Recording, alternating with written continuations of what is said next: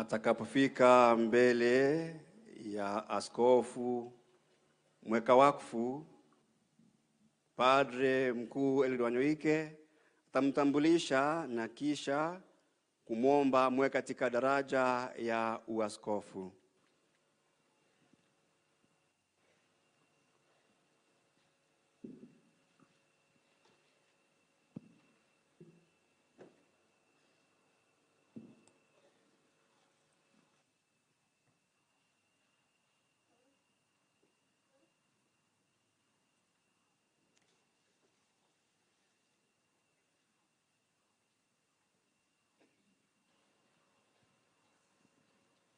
Baba mheshimiwa sana, kanisa la jimbo la Embu naomba umweke Padre Peter Kimani Ndung'u katika madaraka ya uaskofu.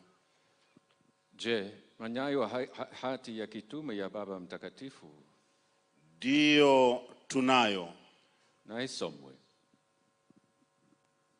Taonyeshwa sasa hati ya Baba Mtakatifu.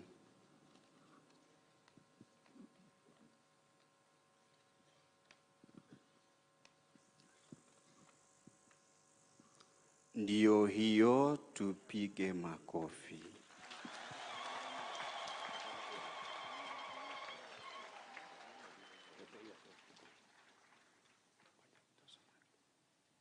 Itasomwa sasa kwanza kwa lugha ya Kilatini na kisha kwa lugha ya Kiswahili.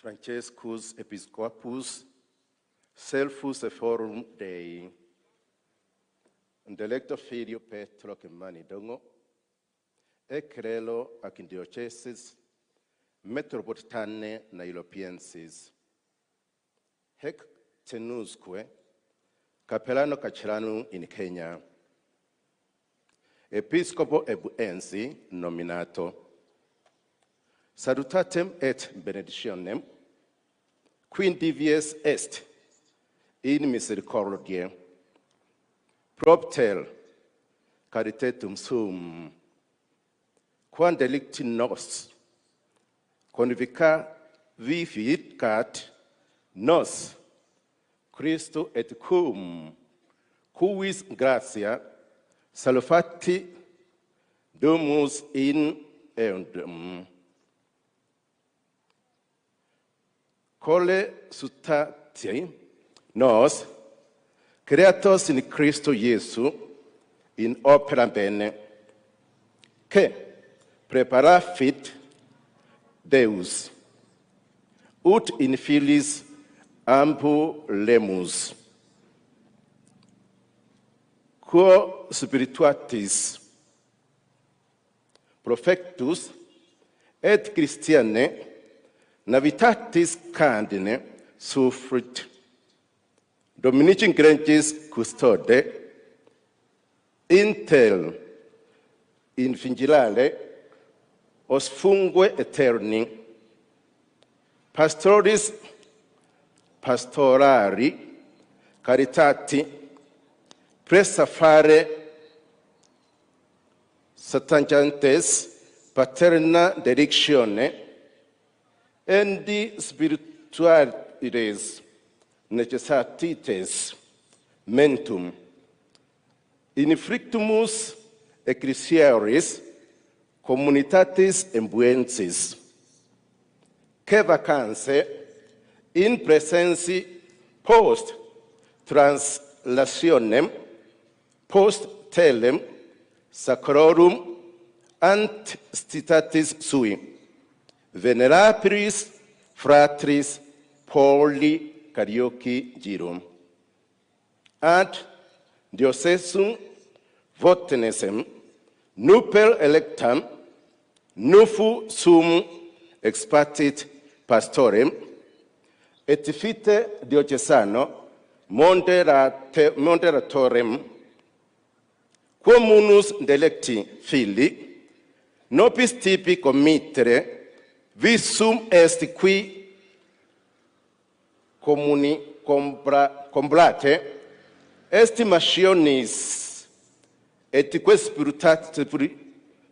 spiritualim humanonque dotum ornamento in capitavis committandos suffrus idonios fidelis et hec postaria munia obedia proinde audito Consiglio di Castelli pro evangelizzazione apostoliche.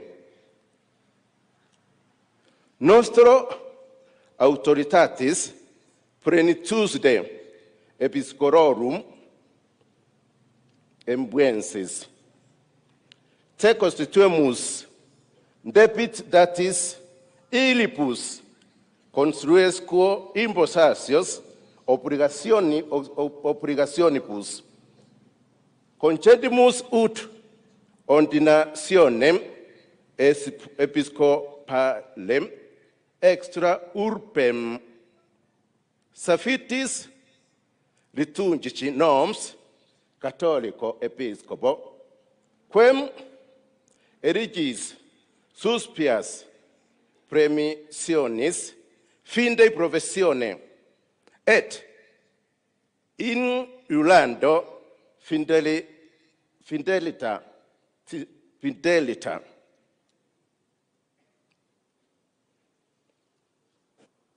elga nos successorique fostras secundu sacro canones ec di nostro decreto in dioceas forumunus crelum et populum us ecclesiaris communitatis quos extotatum ut te patrem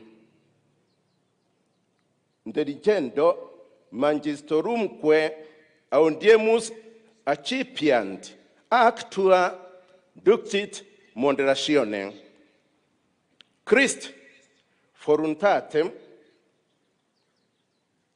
sincero corde in condianit vita and adembiant hec ovidia tibi commendantes deum exoramus qui conchandit tibi spiritum sapientia et revelationis in agione sui et Granci ist tibi commendatio illuminatos oculos cordia ut sciatque sit spes vocationis eius datum Rome Laterane 15 mensis Augusti in solemnitate Assumptionis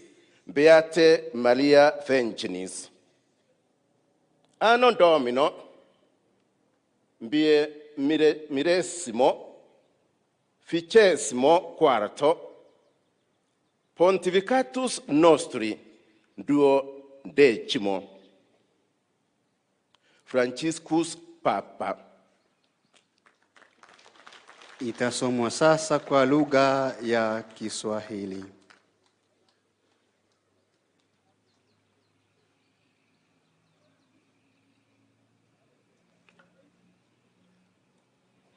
Hati ya Baba Mtakatifu, Jimbo la Embu. Francisco, askofu, mtumishi wa watumishi wa Mungu, kwa mwana mpendwa wetu Peter Kimani Ndung'u, padri wa Jimbo Kuu la Nairobi, na hadi sasa padri mlezi wa kiroho wa magereza nchini Kenya, aliyeteuliwa kuwa askofu wa Embu, salamu na baraka. Yeye aliye mwingi wa rehema, kwa sababu ya upendo wake mkuu anaotupenda nao, hutuhuisha pamoja na Kristo, na ambaye kwa neema yake tunaokolewa, hutuinua pamoja naye, tuliyeumbwa katika Kristo Yesu, tutende matendo mema, Mungu aliyotangulia kutayarisha ili tuenende ndani yake. Waefeso sura ya 2 mstari wa 4 hadi wa 6 mstari wa 10. Tukiungwa mkono na ukuzi huu wa kiroho wa msingi wa utendaji wa Kikristo, tukiwa makini daima juu ya utunzaji wa kundi la Bwana na kujitahidi kuwahifadhi kondoo wa mchungaji wa milele kwa upendo wa kichungaji, tunayawaza kwa upendo wetu wa kibaba mahitaji ya kiroho ya jumuiya ya kikanisa Embu, ambayo kwa sasa iko wazi baada ya kuhamishwa kwa mchungaji wake Mheshimiwa sana wa mwisho, ndugu Paul Kariuki Njiru, kwenda jimbo la Wote lililoundwa hivi karibuni. Jumuiya sasa inangoja mchungaji wake mpya na msimamizi wa maisha ya jimbo. Kazi hii, mwana mpendwa, tumeamua tukukabidhi wewe, ambaye uliyejaliwa kuwa na sifa adhimu na pambo la karama za kiroho na za kibinadamu.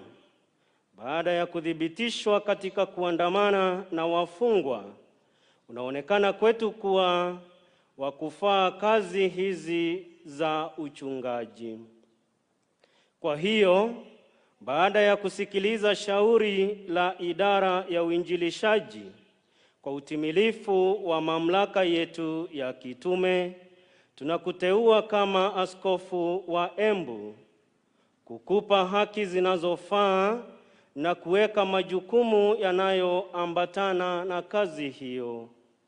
Tunakuruhusu kupokea daraja ya askofu nje ya Roma kwa mujibu wa kanuni za kiliturujia kutoka kwa askofu Mkatoliki utakayemchagua, baada ya kufanya ungamo la imani na kiapo cha uaminifu kwetu na kwa waandamizi wetu kwa mujibu wa kanuni takatifu. Tunatamani wajulishe hati hii wa klero na watu wa jumuiya hii ya kikanisa, ambao tunawahimiza wakupokee kama baba mpendwa na mwalimu makini, na kutimiza mapenzi ya Kristo kwa mioyo ya dhati katika maisha yao ya kila siku chini ya uongozi wako.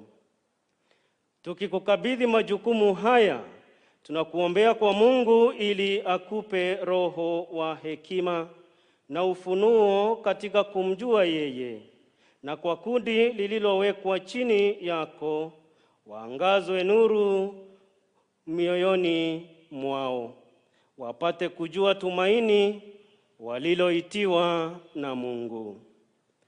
Imetolewa Roma Laterani siku ya 15 Agosti katika maadhimisho ya sikukuu ya kupalizwa mbinguni kwake Bikira Maria katika mwaka wa Bwana wetu wa 2024 wa 12 wa upapa wetu. Francisco Papa. Tuseme wote tumshukuru Mungu. Kwa utulivu tusikize homilia ya Mhashamu Askofu.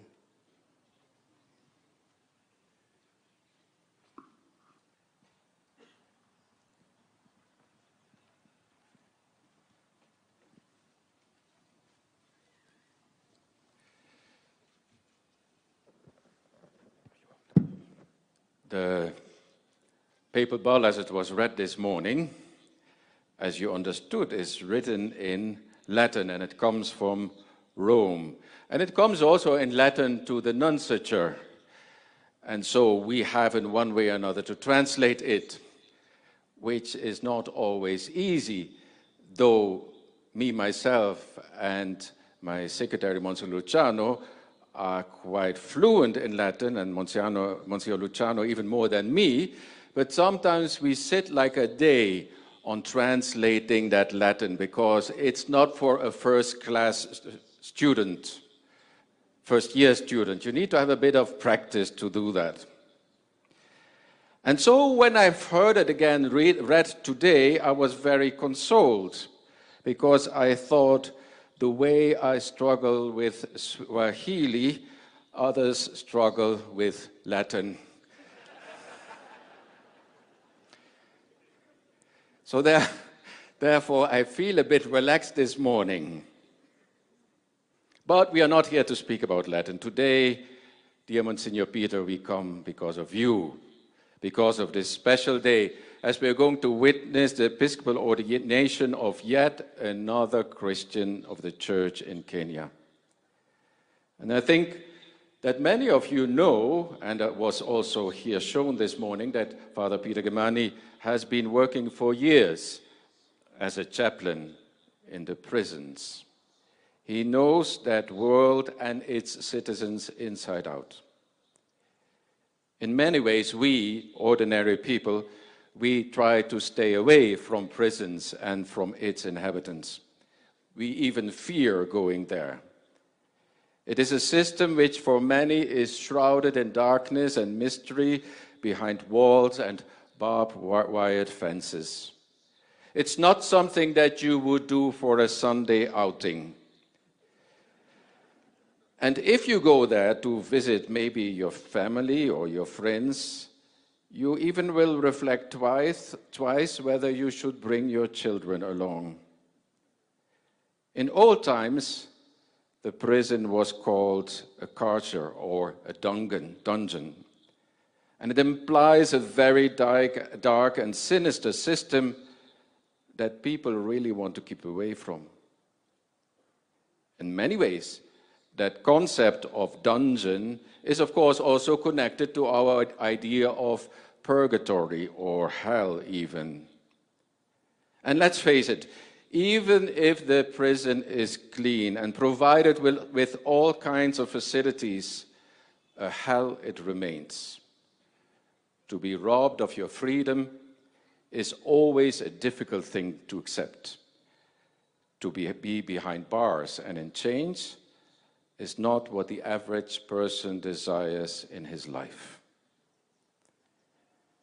Father Peter Kimani comes from that kind of reality. He has worked there for many years, and he came to know the prisoners by name. He listened to their stories and came to understand their fear and frustrations. Yes, sure, some of the prisoners may have committed heinous crimes, but even they, the worst of criminals, have families, have children, have dreams, and even have good intentions. People can be murderers and rapists, but there are also many other things than that. That is what Peter Kimani came to know about those prisoners. He came to know those human stories about their pain and their suffering in the prison system. Peter worked so long in the prisons that his friends started to call him the prisoner, because it seemed he would never get out of there again. A lifelong sentence it was, so it seemed. The life of Peter Kimani, reminds me in a way of the life of St. Paul the Apostle. Actually, frankly speaking, I was a bit surprised that in the choice of the readings of today, that aspect was not highlighted. Paul calls himself a prisoner of Christ, and he speaks more than once of him being in chains for Christ. Peter Kimani in many ways is like St. Paul of Tarsus. Paul, you may not know it or you never realize it, Paul was imprisoned a lot. Clement of Rome, one of our saints, claims that Paul was 7 times behind bars. Paul himself says about himself that he suffered far more imprisonments than any of his rival apostles. And we, as Christians, as church, we have imagined many reasons why Paul was in prison. Because he was a philosopher. Maybe Paul was a political prisoner. Or Paul was just wrongfully accused. And Paul, the Roman citizen, had asked for a trial, and therefore he was taken to Rome to be there under house arrest. And finally, from there, he was executed. He was beheaded. Poor people, people without a stable residence, considered to be a public nuisance, bore the brunt of what we would call casual administrative violence, as well as short-term imprisonment under local magistrates who just want to keep the peace. We must accept that Paul inhabited, as it sometimes is called, Paul inhabited a whippable body, one that could be hit or be locked away by the local authorities without too much of noise, with impunity. You could imprison people very easily for some kind of vague accusation like disorderly conduct. Paul's treatment was the same for many in ancient Rome, especially if you were poor, homeless, or of an ethnic group that marked him as a part of an occupied people. Which is to say, Paul looked a lot like those who get over-policed and thrown into jail today, not only in Kenya, but all over the world. And even today, many of our judicial systems contribute to the same. Some of our people will be thrown into prison for relatively minor violations, while others, especially for crimes that involve more than 10 million shilling, or those who have powerful friends, they will never make it to prison. You might have committed a heinous crime, but you will be able to escape prison unscathed. There is a saying that the law is the same for everybody, but not everybody is the same for the law. The church of Philippi provided resources to Paul, wanted to be with Paul during and after his incarceration. They wanted to meet his physical needs. They brought him to eat. They brought him clothing. They became like a social safety net. And the Philippians in that time sent a man called Epaphroditus to Paul to make sure that he had the means of surviving behind bars. And they wrote letters back and forth with Paul while he was in prison in that time. And they even prepared a guest room for him when he was finally released. These basic forms of support, sending visitors into prison, incarcerations, that the magistrate would be inclined to impose on him again a prison term. As it is said, once you have been in prison, there is a high chance that you will return there again. In fact, the imprisonment of Paul was accepted by his friends and followers, as a routine case. It happened to so many. There were people who saw his incarceration as a kind of way of maintaining social power. It was not so much about being guilty or being innocent, but you were a victim of the game between the powerful forces. Rather than regarding Paul as a charity case or as a person to be corrected, the friends, the disciples of Paul, treated him as an imprisoned friend with a moral authority and a witness to the Christ who himself had been arrested, tried, tortured, found guilty, and executed. Christ himself, like Paul, was the victim of a system that was not able to provide any sense of real justice. Paul, like Christ, was just too poor, too outcast, too little friends high up. Remember, all this happened 2,000 years ago. But where are we today in terms of justice and prison system? Prisons, and that is also, I think, an experience of Father Kimani, prisons make people sick. And there are strikingly similar death-dealing dynamics in the prisons all over the world and also here in Kenya. Not only were ancient prisons places where disease can be rampant, but they were also places of hunger and scarcity, where prisoners were abused and their few rights left were trampled upon. And in prisons, and that is also the case in prisons in this day and age in Kenya, but also in many, many other countries, in prisons, many times suicide is considered a noble way out. And the suicide rate of people incarcerated in jails is therefore 3 times higher than the national average. Paul, being in prison, even, I want to do this for Christ, I want to be with him on the cross. That is the Christian way of interpreting it. But Peter,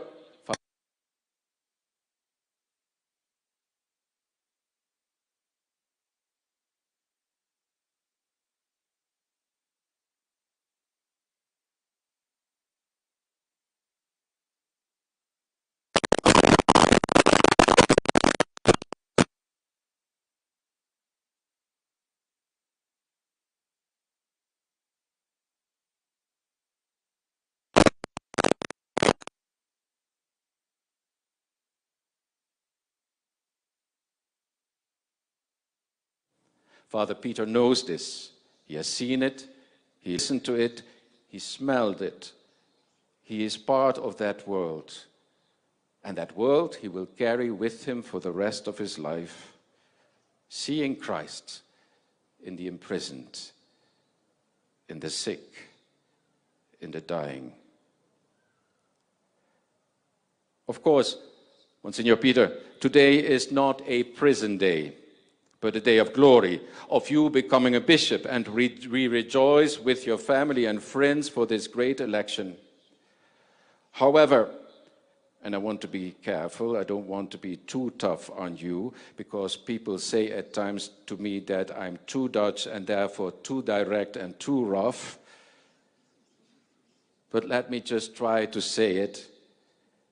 In many ways, you're moving from one prison into the other. It was already indicated a bit today by the way you were brought forward by your 2 friends, your colleagues who led you up here to the altar. Mind you, that it's not only about accompanying you here up to the altar, but in a sense we also want to make sure that you do not run away.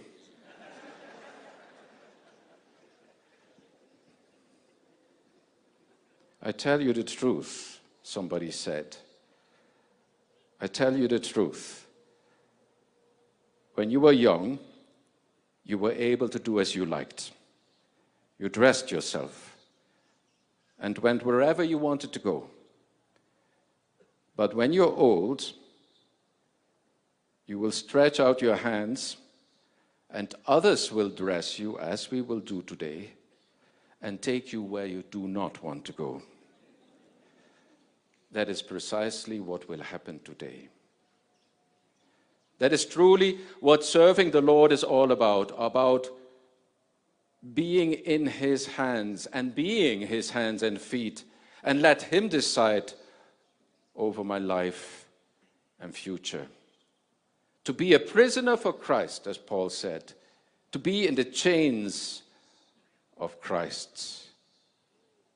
I mean, there are worse prisons to imagine.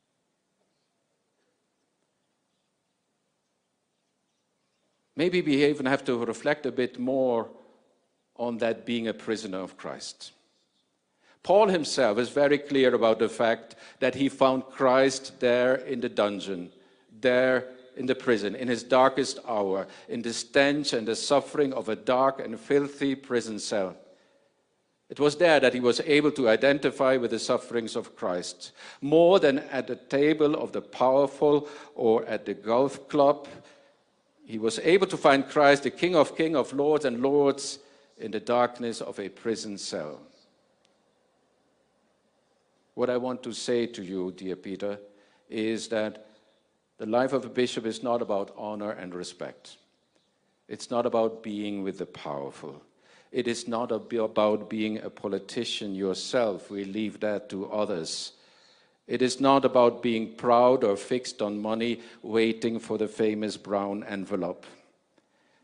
It's not about ruling with an iron fist or looking for revenge when you feel hurt in your honor. A large part of the missionary activity of Paul was down there in the dungeon. It was done there in the darkness and the anonymity of a prison cell. Actually, and very few of us realize that many of the letters of St. Paul were written during his prison time. You see how God's grace works? Paul himself says about it, "When I'm weak, I am strong." Dear Father Peter, God, through his church, has chosen you to become a bishop. And today, you will be made into the Bishop of Embu.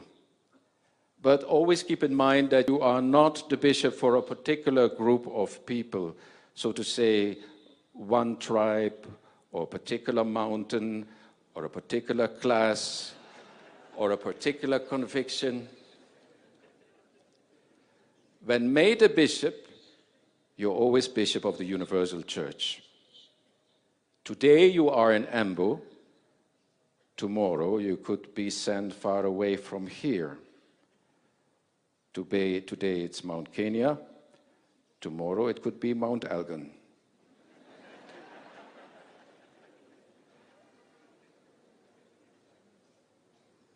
Actually, first and foremost, you should identify with those who are less known to you. And you know that very well, because prisoners are those who are excluded from society and who are many times not even known by name. Speak with those who do not speak your language, who do not have your culture, who are not your class of people. You may find Christ more easily and more profoundly with those who do not mean anything in society than with those powerful and with money. From the prison to the bush, from the golf club to children's game. Today, you are sent. You are sent to become a bishop. And we heard how St. Paul wrote to Timothy, "Until I come, devote yourself to the public reading of Scripture, to preaching and teaching." It reminds me so much of the words, "what you teach." Basically, that prayer remains also for the bishop. We need to put our lives on the life of Christ in the gospel. That is, be diligent in these matters. Give yourself whole to them, so that everyone may see your progress. Watch your life and doctrine closely. Persevere in them, because if you do so, you will have both yourself with that Paul, so that when we come to the end of our lives, and we have to, all of us, to appear in front of the Supreme Judge, that he may ask us, Simon Peter, son of Jonah, do you love me more than these? And that I may be able to say with my whole heart, Lord, you know everything. You know that I love you. And that the Christ may say to us, enter then in the house of my Father, in the house of eternal glory and joy. Amen.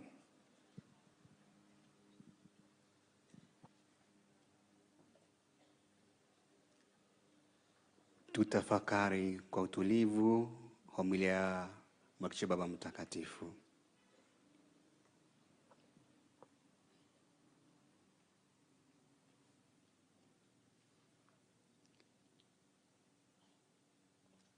Wakati huu askofu mteule atajongea mbele ya askofu kiongozi mweka wakfu atakayemhoji iwapo yupo tayari kutekeleza kwa uaminifu na kujitolea majukumu na wajibu unaoambatana na daraja ya uaskofu.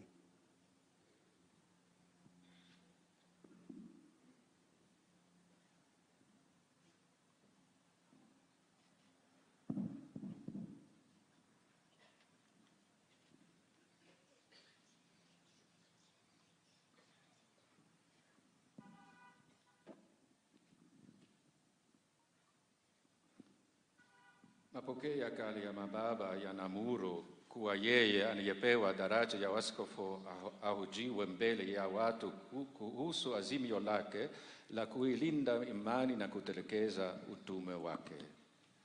Basi, ndugu pendwa sana, je, unataka kutimiza hadi kufa ule utume tuliopewa kutoka kwa mitume na ambao sisi tunakupa wewe kwa kukuwekea mikono yetu pamoja na neema ya Roho Mtakatifu?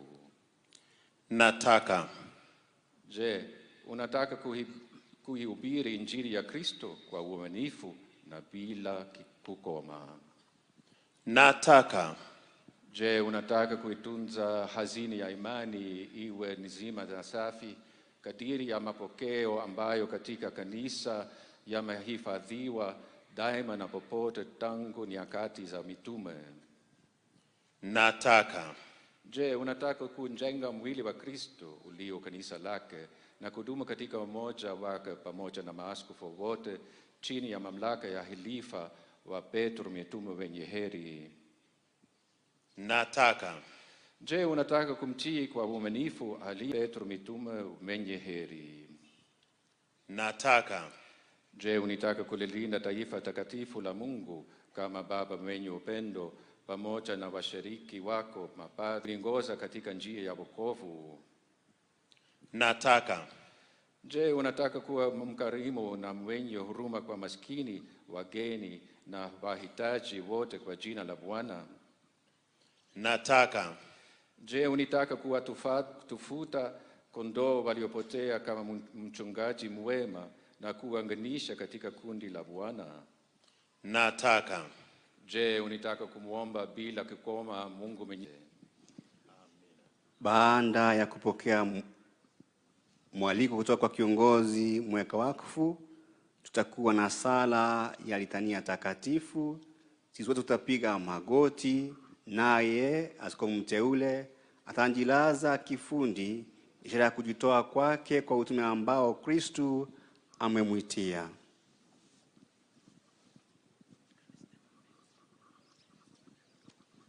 Tusimame.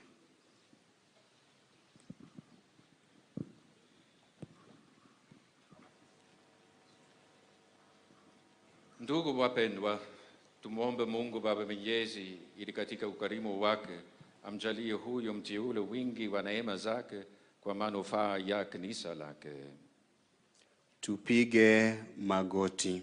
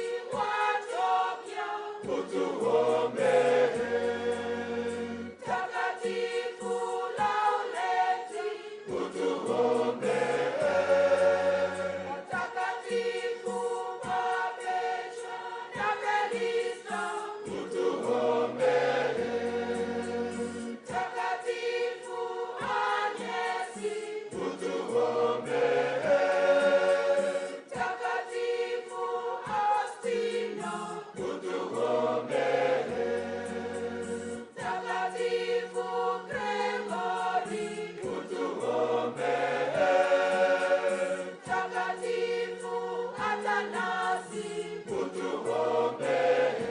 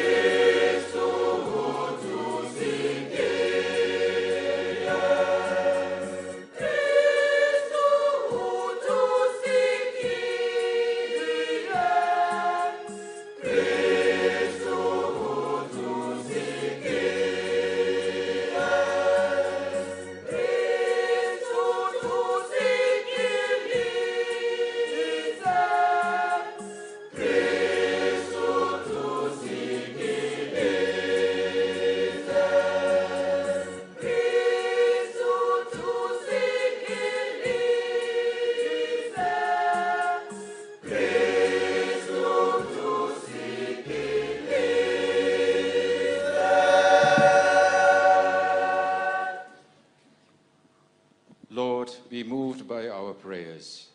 Anoint your servant with the fullness of priestly grace, and bless him with spiritual power in all its richness. We ask this through Christ our Lord. Amen. Tusimame. Kwa sasa askofu mteule atapiga magoti mbele ya askofu kiongozi mweka wakfu atakaye mwekea mikono, na vile vile watafanya hivyo maaskofu wote, ishara kupokea mapaji ya Roho Mtakatifu faafu kwa huduma yake ya kitume.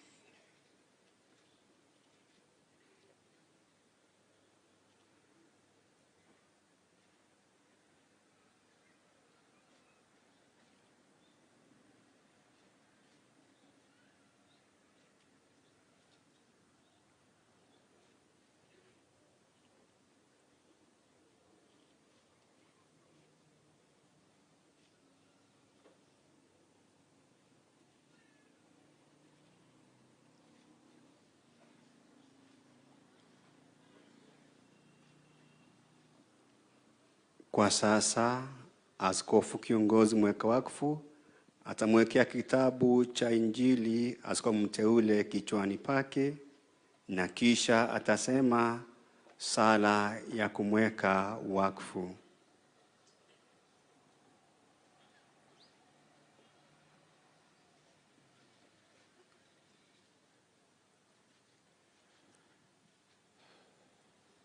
God the Father of our Lord Jesus Christ, Father of mercies and God of all consolation, you dwell in heaven, yet look with compassion on all that is humble. You know all things before they come to be. By your gracious word, you have established the plan of your church. From the beginning, you chose the descendants of Abraham to be your holy nation. You established rulers and priests, and did not leave your sanctuary without ministers to serve you. From the creation of the world, you have been pleased to be glorified by those you have chosen. So now pour out upon this chosen one that power which is from you, the governing Spirit, whom you gave to your beloved Son, Jesus Christ, the Spirit given by him to the holy apostles, who founded the church in every place to be your temple for the unceasing glory and praise of your name. Father, you know all hearts. You have chosen your servant for the office of bishop.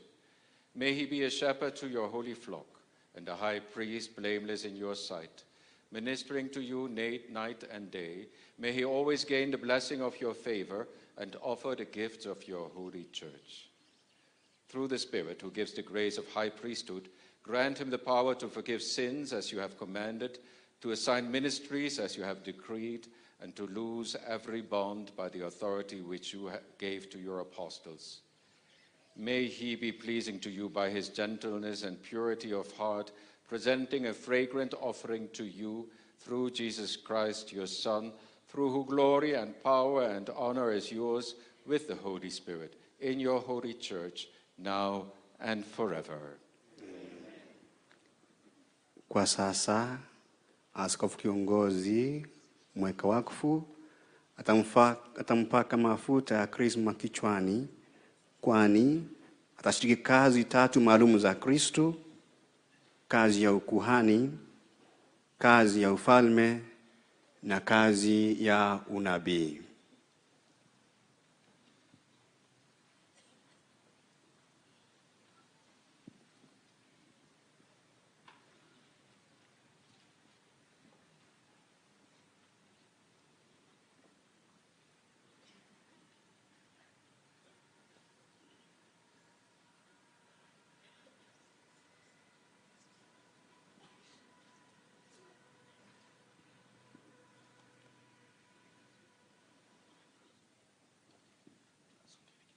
Mungu aliyekushirikisha ukuhani mkuu wa Kristo, yeye mwenyewe ukumiminia mafuta haya matakatifu na kukunemesha kwa wingi wa baraka za rohoni.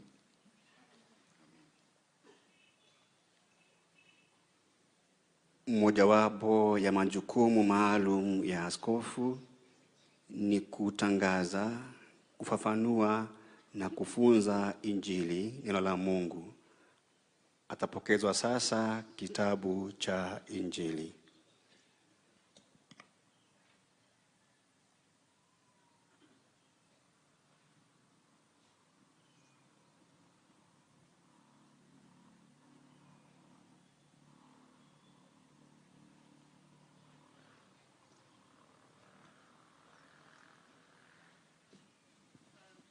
Pokea Injili na kulihubiri neno la Mungu kwa uvumilivu wote na mafundisho. Kwa sasa atavikwa pete, ishara ya uaminifu wake kwa kanisa na mwaliko wa kulipenda kanisa jinsi ambavyo Kristo alilipenda.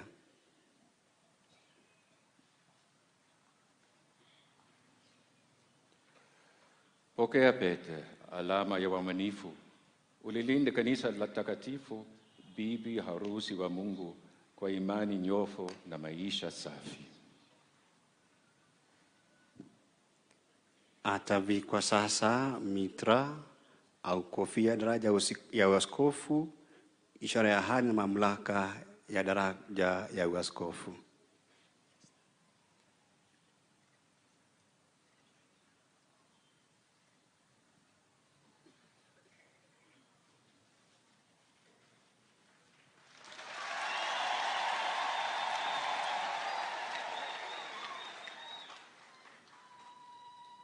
Pokea mitra na uangavu wa utakatifu ngae ndani yako, ili utakapoonekana kama mkuu wa wachungaji ustahili kupokea taji ya utukufu isiyooza kamwe.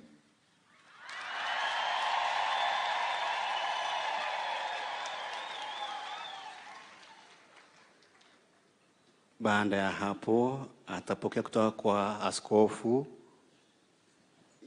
kiongozi mweka wakfu bakora ya kichungaji ili aweze kulisha, kulinda na kuongoza kundi la Kristo atakalo kabidhiwa kwa kufuata kielelezo cha Kristo mchungaji mwema.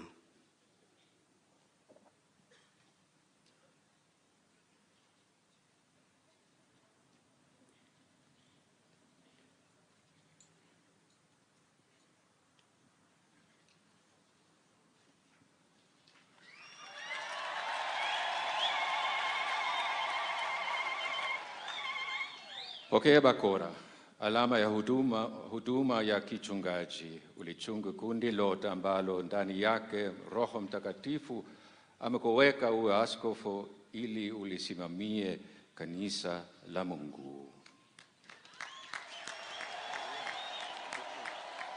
Kwa sasa kiongozi mweka wakfu atamkalisha kwenye kiti chake rasmi katedrale ambacho ni alama ya mamlaka yake katika jimbo.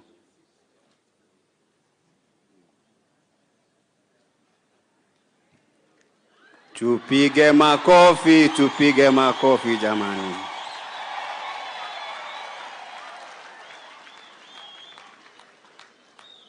Atapokea sasa salamu za pongezi kutoka kwa kiongozi mweka wakfu na maaskofu wengine.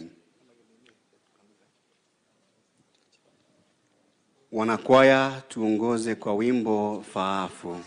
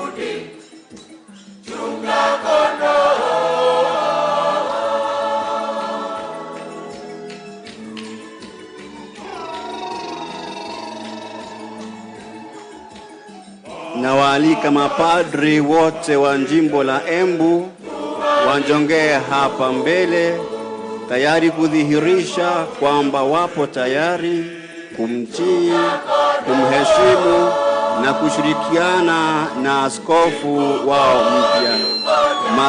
Mapadri wote wa jimbo la Embu, naomba tujipange hapa tayari kudhihirisha kwamba tu tayari kutii, kuheshimu na kushirikiana na mwashamu askofu wetu. Tutaongozwa na Padri Mkuu Eliud Wanyoike.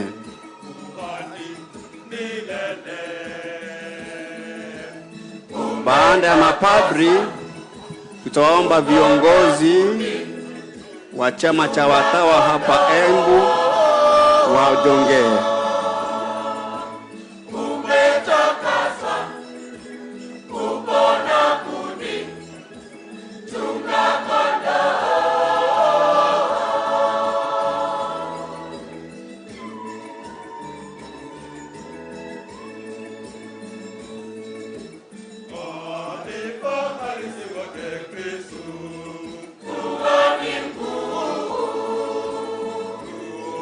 Yo, yo te voy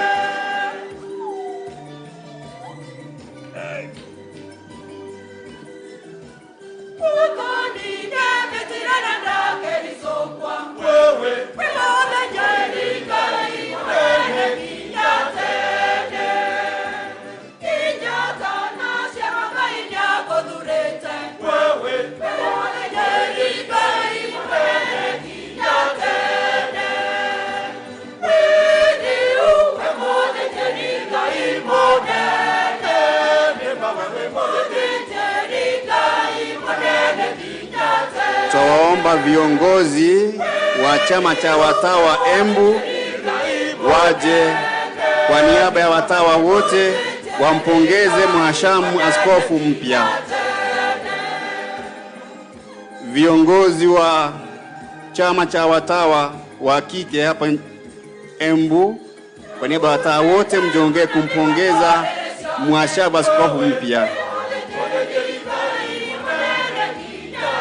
Vile vile viongozi wa mashirika ya kitume CMA, CWA, Youth PMC wajipange.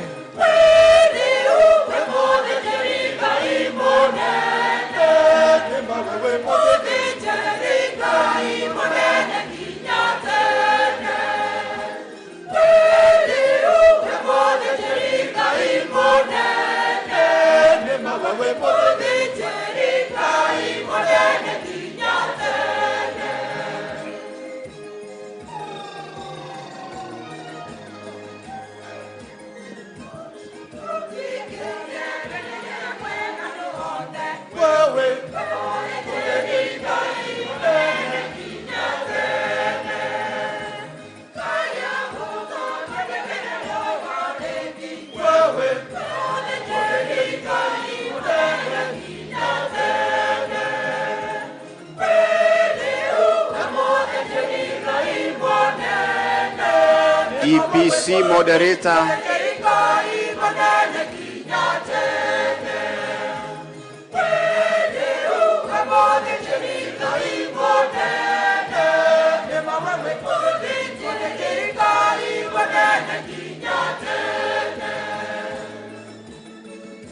mwenyekiti wa Diocesan Pastoral Council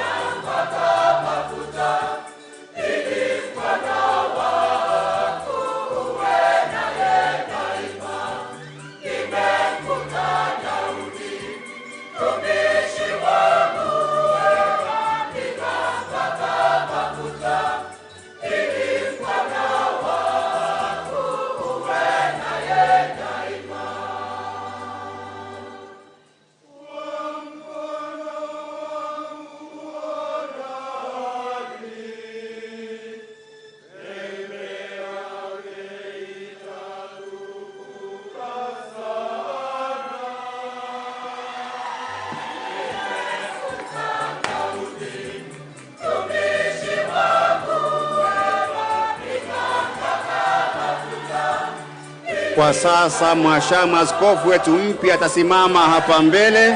Tupokee salamu zake kwa shangwe na vigelegele.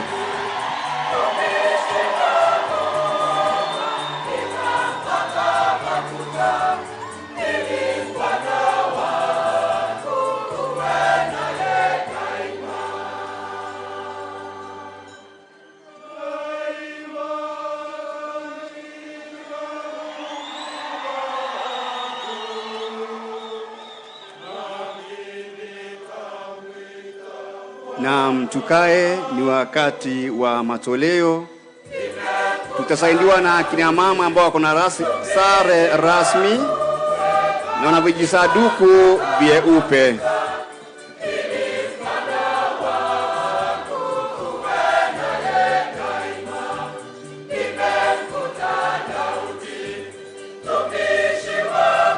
Ni wakati wa matoleo.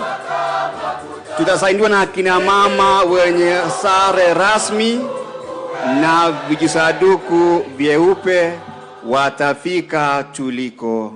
Akina mama watatuongoza kuokota matoleo, watafika karibu na tuliko, wana vijisaduku vyeupe kwa shughuli hiyo.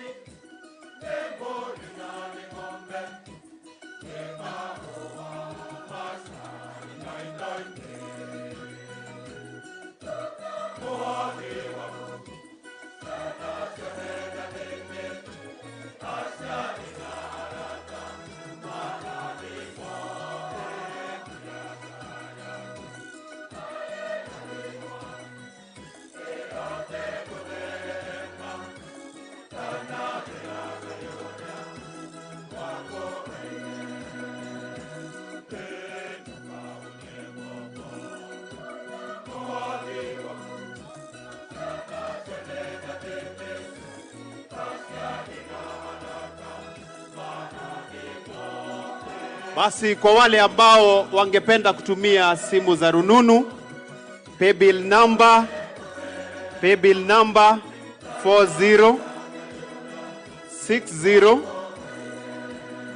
4060805. Wale ambao wangependa kutumia simu za rununu, paybill number ni 4060805. Kwa account utaweka offertory. Tumsifu Yesu Kristo.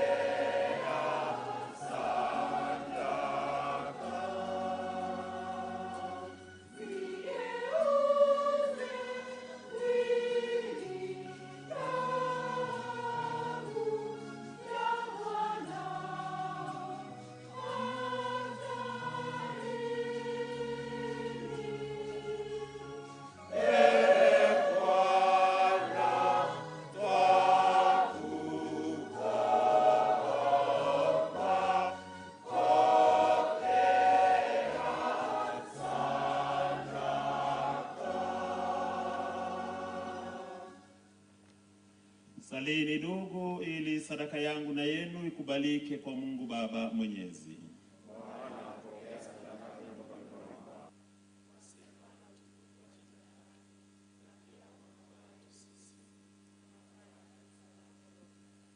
E Bwana, tunakutolea dhabihu hii ya sifa kwa ustawi wa huduma yetu, ili kile alichotujalia sisi tusiostahili ukikamilishe kwa neema yako, kwa njia ya Kristo Bwana wetu.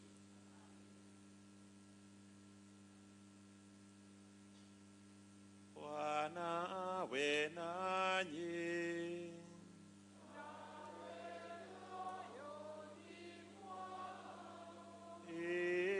Inueni mioyo.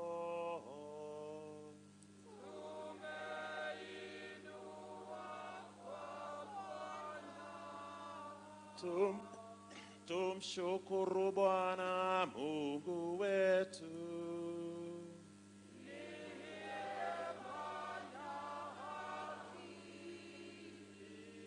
Kweli ni vema na haki, tendo la kufana la kuleta wokovu. Tukushukuru wewe daima na popote, Bwana Baba uliye mtakatifu, Mungu mwenyezi wa milele. Wewe kwa mpako wa Roho Mtakatifu ulimweka mwanao wa pekee awe kuhani mkuu wa Agano Jipya na la milele, na kwa mpango wako usioelezeka ulipenda ukuhani wake pekee utunzwe katika kanisa. Maana yeye mwenyewe analiamba taifa alilojipatia kwa ukuhani wa kifalme, na kwa wema wa kidugu amewateua watu pia, ili washirikishwe huduma yake takatifu na kuwekewa mikono. Nao katika jina lake waendelee kuadhimisha sadaka ya ukombozi wa wanadamu, wakiandaa karamu ya kipasaka kwa ajili ya wana wako. Walitangulie taifa takatifu katika mapendo, walilishe kwa neno lako na kulitia uzima kwa sakramenti. Nao wakitoa nafsi zao kwa ajili yako na kwa ajili ya wokovu wa ndugu zao, wajibidishe kufananishwa na sura ya Kristo mwenyewe, na hatimaye wadumu katika kushuhudia imani na upendo kwako. Kwa hiyo, e Bwana, sisi pamoja na malaika na watakatifu wote tunakusifu tukisema kwa shangwe.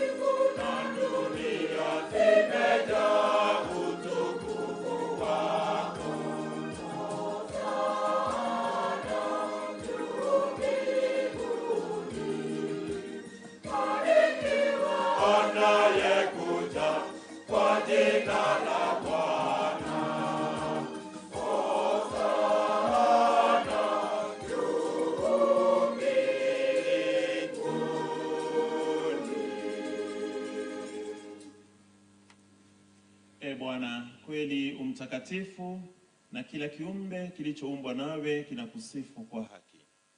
Maana kwa njia ya mwanao Bwana wetu Yesu Kristo, na kwa uwezo tedaji wa Roho Mtakatifu, unavitia uzima vitu vyote na kuvitakatifuza, wala huachi kukusanya watu kwako, ili toka mawio ya jua hata machweo yake, dhabihu safi itolewe kwa jina lako.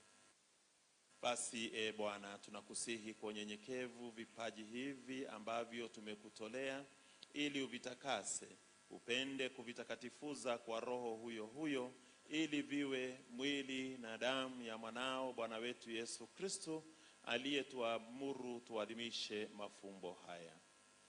Maana yeye mwenyewe usiku ule alipotolewa, alitoa mkate na kushukuru aliumega na akawapa wafuasi wake akisema, "Twaeni mle nyote, huu ndio mwili wangu utakaotolewa kwa ajili yenu."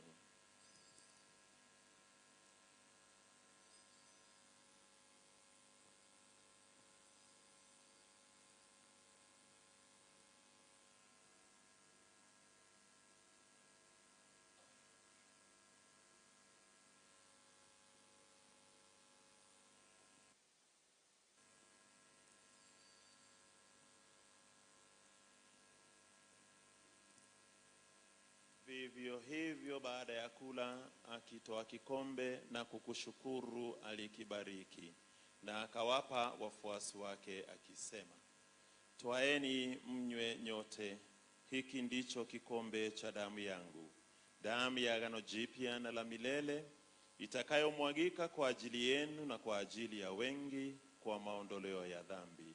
Fanyeni hivi kwa ukumbusho wangu."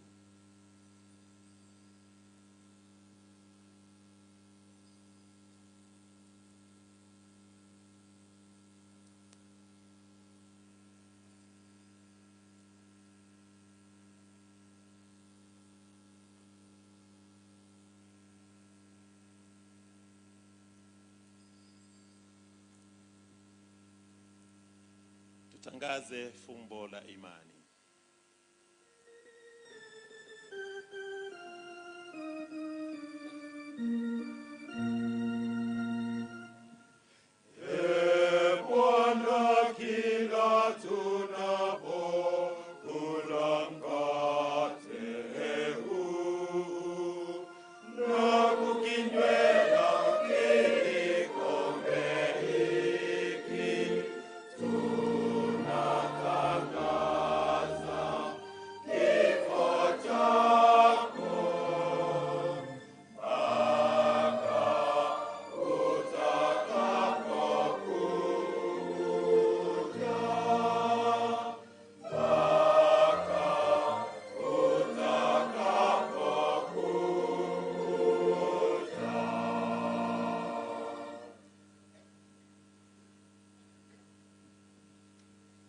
Kwa hiyo Bwana, tunapoadhimisha ukumbusho wa mateso ya mwanayo yaletayo wokovu, pamoja na ufufuko wake wa ajabu na kupaa kwake mbinguni, na tunapoutazamia ujio wake wa pili, tunakutolea kwa shukrani sadaka hii iliyo hai na takatifu.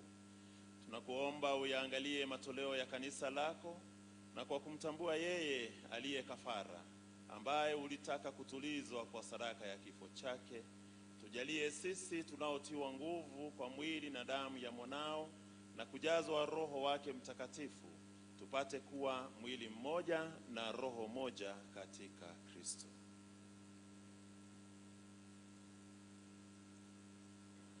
Yeye atufanye sisi tuwe kwako sadaka timilivu ya milele, ili tuweze kupata urithi pamoja na wateule wako.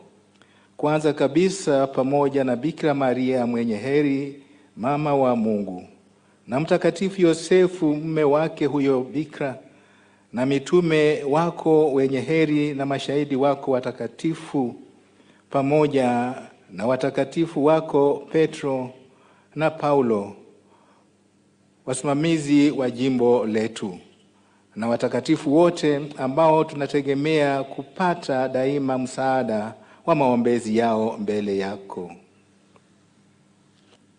Tunakuomba Bwana, huyu aliye kafara na upatanisho wetu, alete amani na wokovu duniani kote.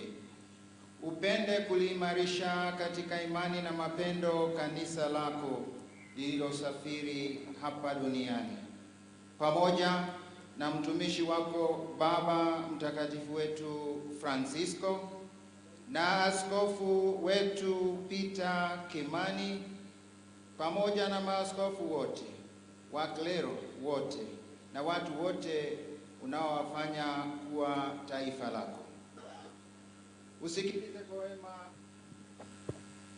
Usikilize kwa wema sala za jamaa hii ulioita hapa mbele yako. E Baba uliye mtakatifu, kwa huruma yako uwakusanye kwako wanao wote waliotawanyika popote duniani. Uwapokee kwa wema katika ufalme wako ndugu zetu marehemu na wote walioaga dunia wakiwa wamekupendeza.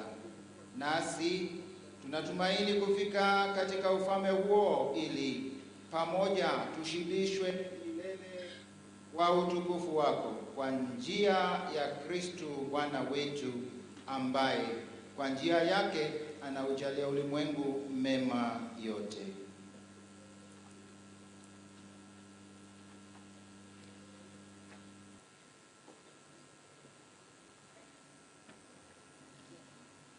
Kwa njia yake na pamoja naye na ndani yake, wewe Mungu Baba Mwenyezi, katika umoja wa Roho Mtakatifu,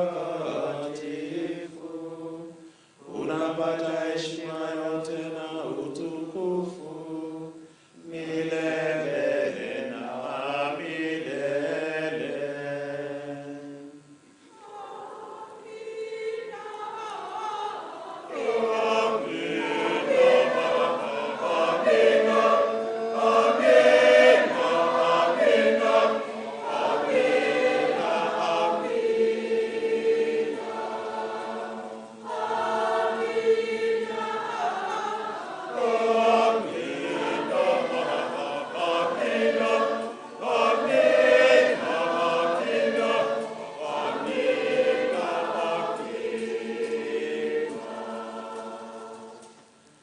Kwa kulitii agizo la Mwokozi wetu na tukifuata mafundisho yake ya kimungu, tunadhubutu kusema: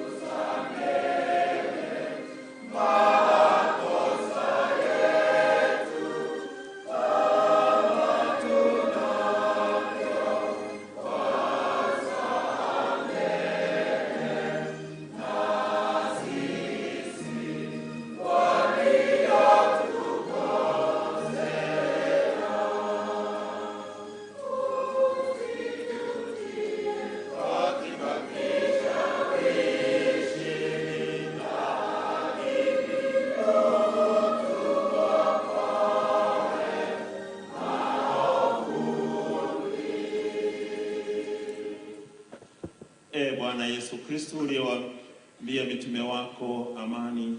Bwana, tunakuomba utuokoe katika maovu yote. Tujalie kwa wema amani maishani mwetu, kusudi kwa msaada wa huruma yako tuopolewe daima na dhambi, wala tusifadhaishwe na jambo lolote, tunapotazamia tumaini lenye heri na ujio wa Mwokozi wetu Yesu Kristo.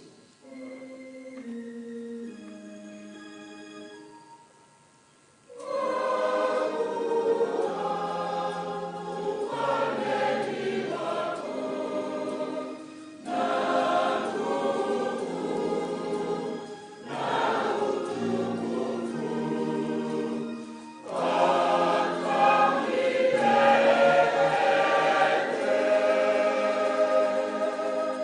Bwana Yesu Kristo uliyowaambia mitume wako, amani na waachieni, amani yangu na wapa.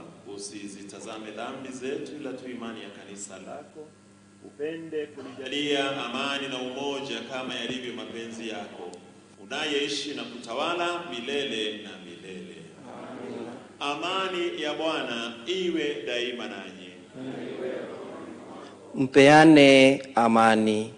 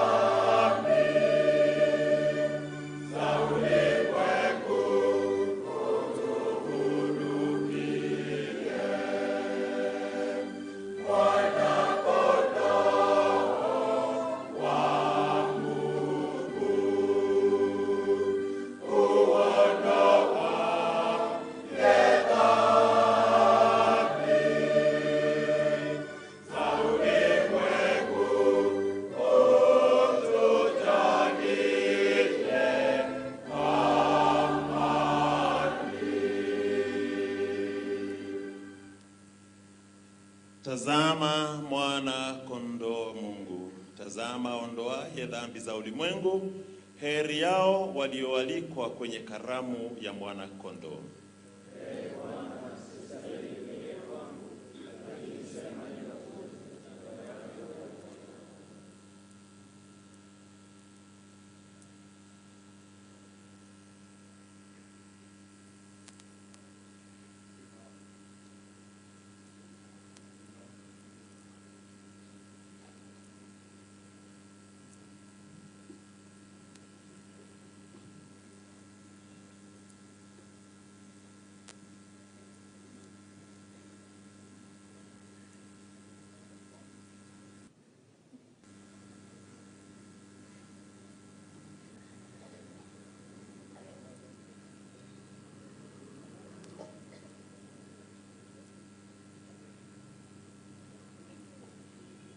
Baba mtakatifu, uwatakaze katika kweli kama ulivyonituma mimi ulimwenguni, asema Bwana.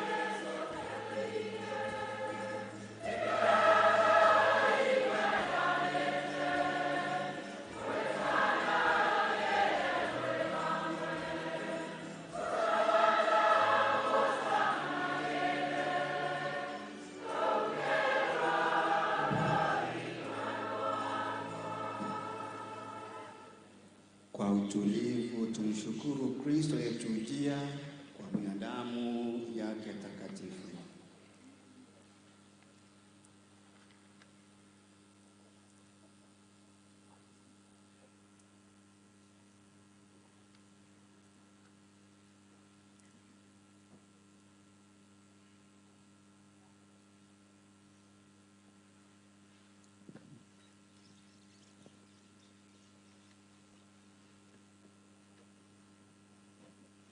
Tusimame kwa sala.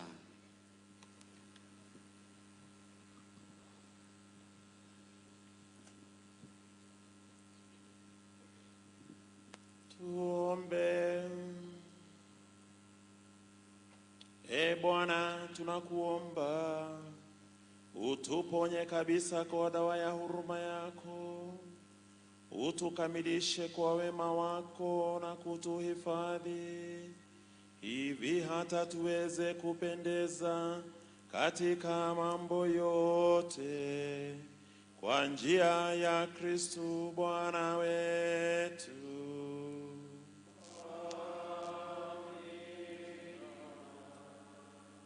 Wimbo wa shukrani.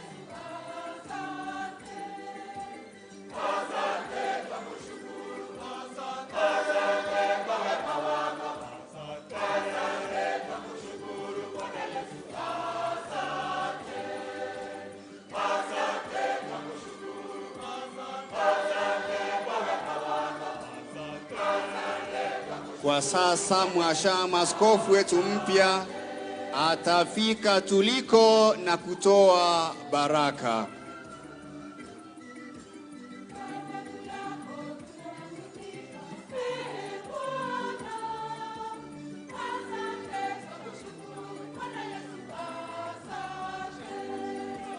Asante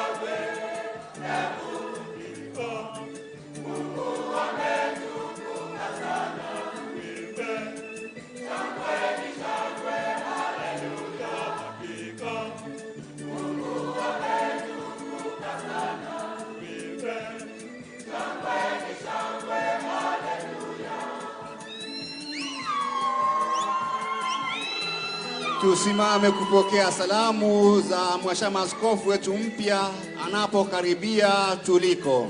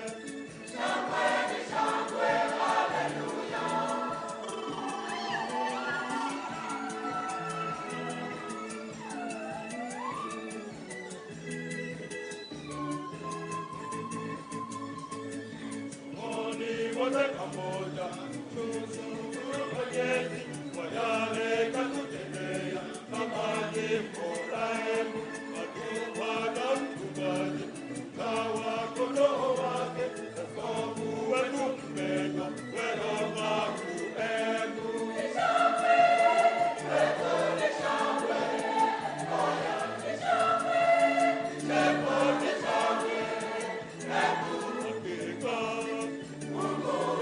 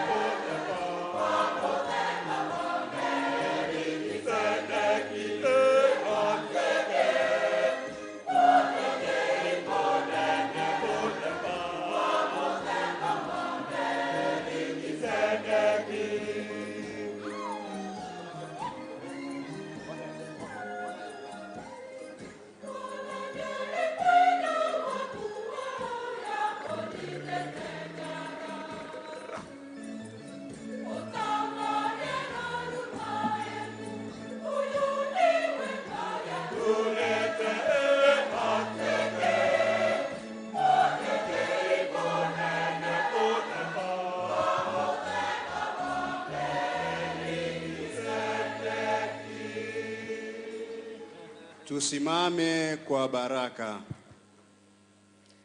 Inamisheni vichwa vyenu mpokee baraka. Bwana awe nanyi.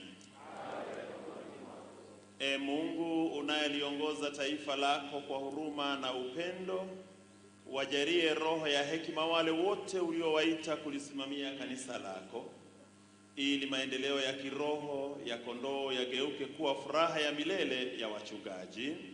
Amina. E Mungu ambaye peke yako unao uwezo wa kuamua hesabu ya siku za maisha yetu, uangalie kwa wema unyenyekevu wa utumishi wetu, na utujalie katika siku zetu amani tele na kamili. Amina. Na Mungu aliyenijalia kwa neema yako vipaji vyako na kuniweka katika daraja takatifu ya uaskofu, unifanye nikupendeze kwa ukamilifu wa matendo yangu, na uunganishe katika upendo ule ule mioyo ya watu na ya askofu, ili mchungaji asinyimwe kamwe utii wa kondoo, wala kondoo wasinyimwe upendo wenye juhudi wa mchungaji. Nanyi nyote mliopo hapa, awabariki Mungu Mwenyezi, Baba na Mwana na Roho Mtakatifu. Nendeni na amani. Naomba tukae. Tutakuwa na ratiba fupi ya hotuba finyu. Tutaanza na Padri Mkuu Eliud Wanyoike, na baada ya hotuba yake finyu atamwalika Padri Chundu Waweru, katibu wa Baraza la Maaskofu wa Katoliki nchini Kenya.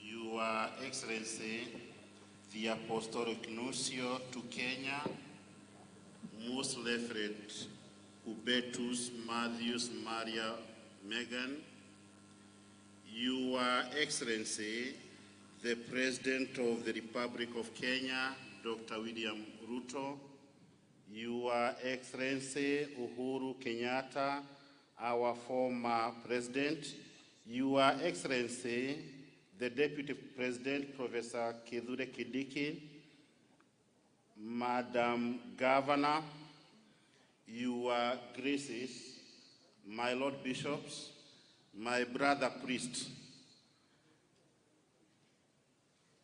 viongozi wa tabaka mbalimbali, Wakristo wapenzi na wote wenye nia njema, hamjambo. Tumsifu Yesu Kristo. God is good all the time. When our former Bishop Paul was transferred to Wote, we began a journey that we undertook with our knees on the beads of the Holy Rosary, on our altars, and we prayed for the gift of a shepherd. And today we have an answered prayer, and for this we thank God.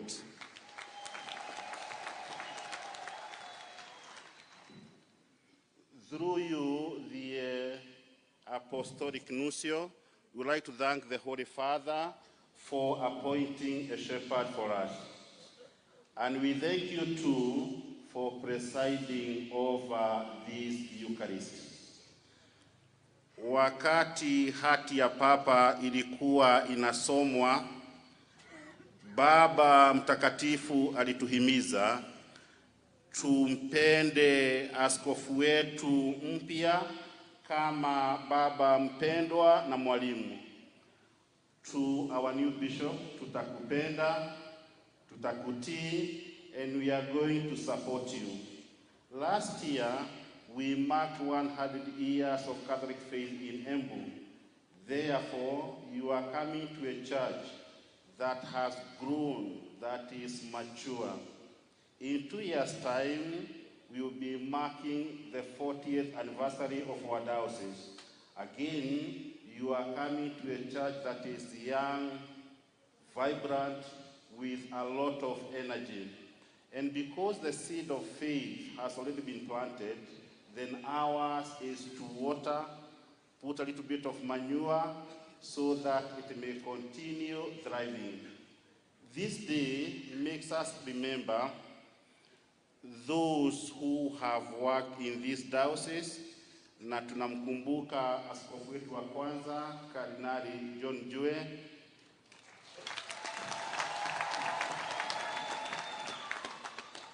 ambaye aliweka msingi maalum wa jimbo letu la Embu. Twamkumbuka askofu mkuu Anthony Muheria, askofu wa pili,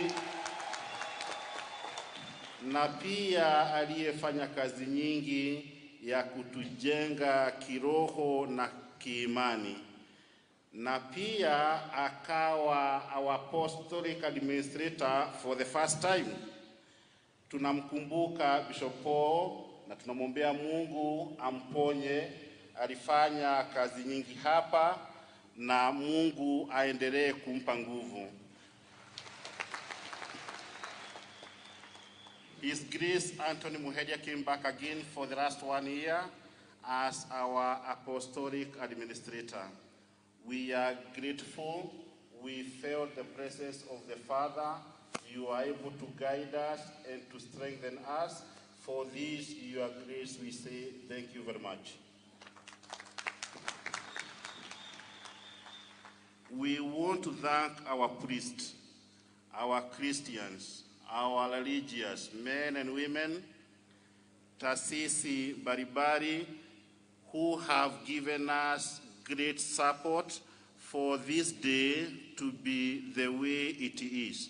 May the good Lord bless your generosity.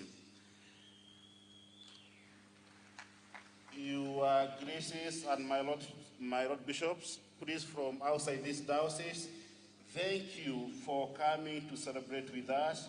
We feel honored by your presence in our midst. Your Excellency, our President, Your Excellency, the Deputy President, Your Excellency, our former President, our Governor, and all leaders both at the county and the national level, thank you.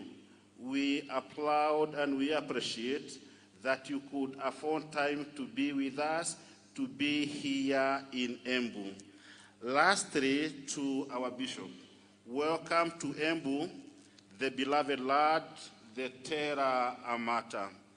And if you look at our DNA, we are known, we rear bishops.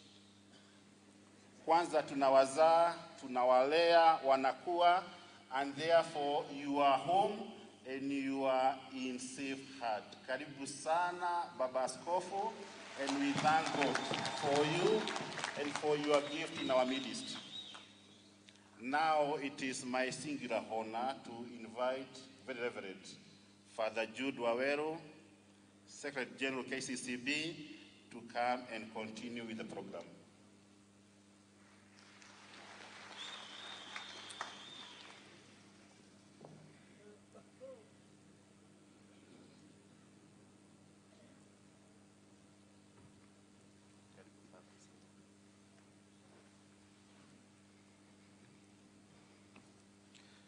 Mungu ni mwema na kila wakati, na leo ni dhihirisho.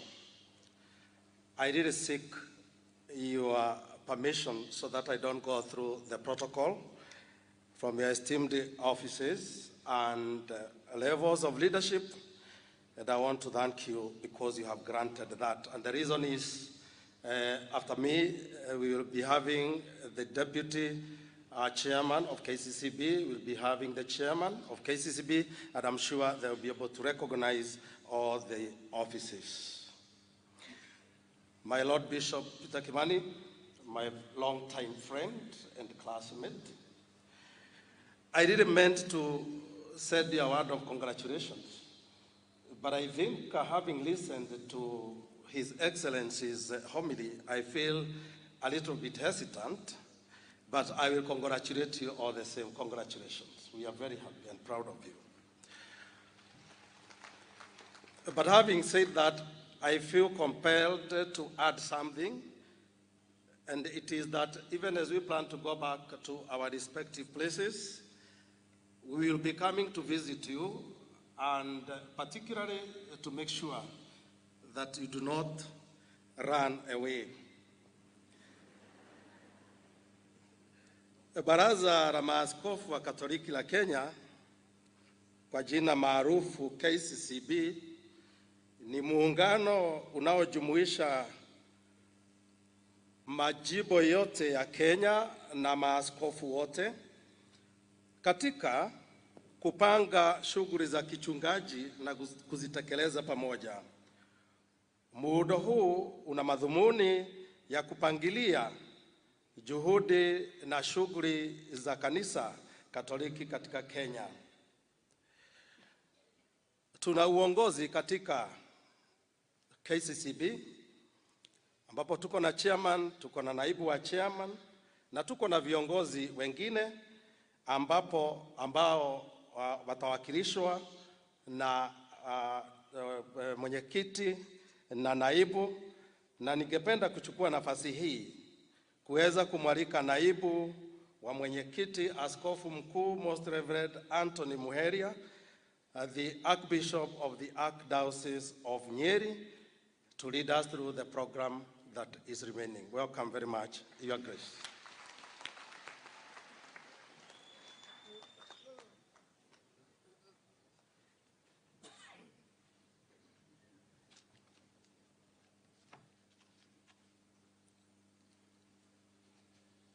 Oh, more dinia Kenya, itu gesha move rega irinkoro. Aya. Moiga. Ah. Rane wo raga. Hey mo. Borishaga ine iredwe iva. Ah. Ramoiga boya kere kanero ere ayume te kanware hey.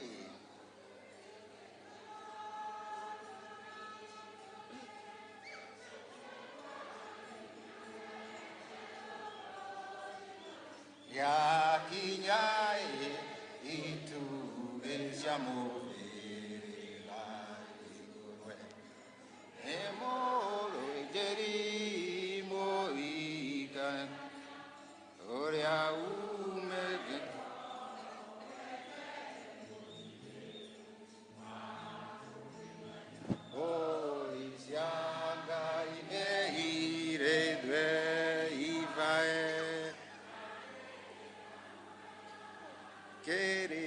Canero, Reayum.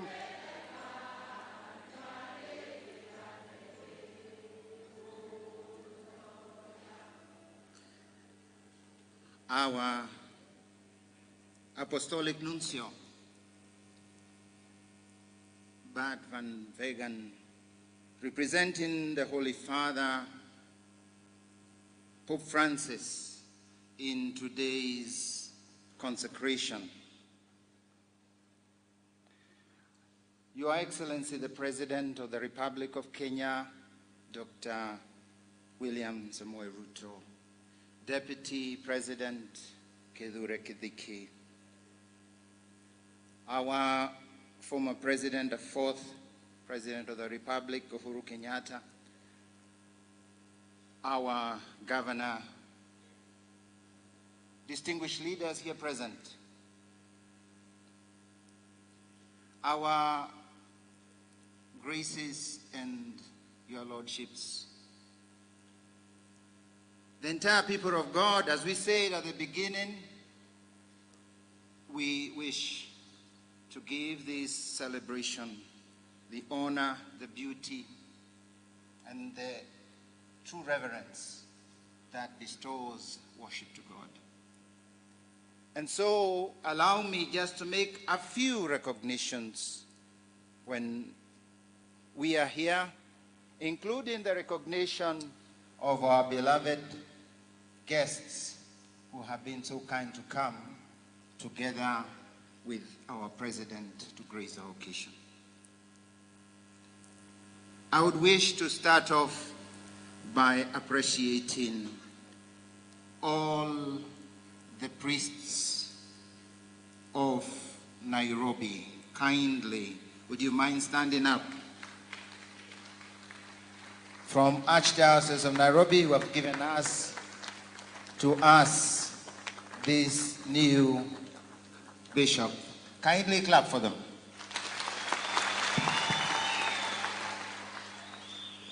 Would also like to recognize in a special way the very priests from this diocese. But before doing that, priests from other dioceses. I can see some are smiling at me. Kindly stand, priests from other dioceses besides Embu and Nairobi. Thank you very much, a clap. Thank you very much. Kindly, the priests who have got a new father, the priests from Embu, kindly stand and wave to your father. Makofi kwao. They are very hardworking.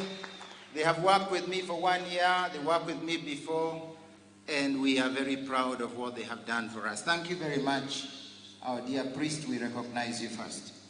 We'd like to recognize also at this moment the family of our new bishop.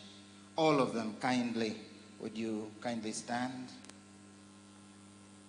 Can we give them a round of applause? Thank you very, very much. We appreciate your presence. Maito, thengio muno. Nĩ gũtũciarĩra mũthikabu na gũtũrerera na kũmũrehe. Gũtirĩ ũndũ ũngĩkũrĩha. Thengio. Rĩu gũkũ wĩ mũciĩ. Thank you. No Ngai, no Ngai, no Ngai. Would like also to recognize the Christians who have accompanied the new bishop from the Archdiocese of Nairobi, and especially from Githunguri. Kindly, Christians for the Archdiocese of Nairobi. Wherever you are, we appreciate you. Thank you. Thank you. You've given us a wonderful father. Thank you. I would like now to recognize our special collaborators in the vineyard, who are the religious sisters. You see them, they are normally quiet, and the religious brothers, but do a lot silently. Kindly, the religious women and men here present, a strong battalion for Christ, stand for recognition. Thank you very much. We know you sustain us with prayers and even advice. I would also wish at this moment to recognize all the Christians of Embu Diocese.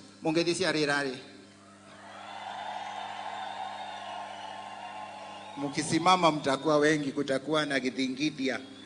Hatutaki githingithia, tunataka tu salamu za hiyo. Asante sana.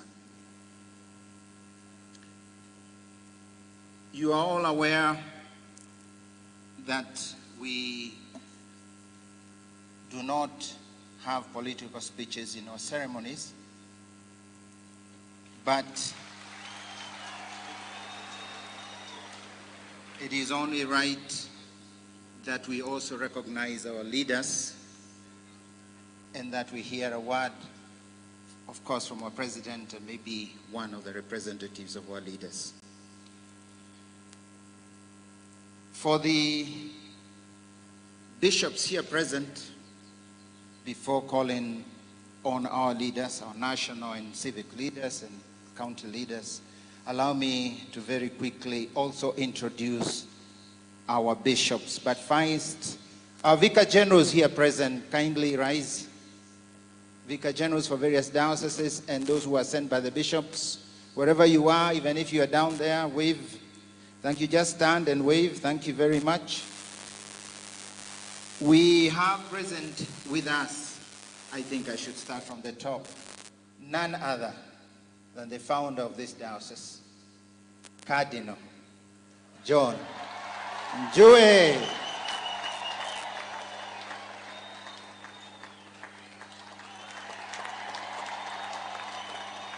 Ongeza. Ongeza. Ongeza. Ongeza.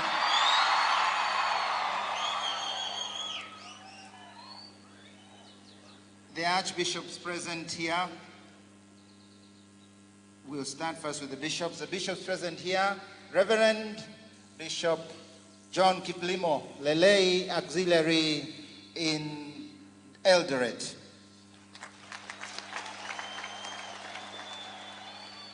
They will only wave, we neither are giving any speeches.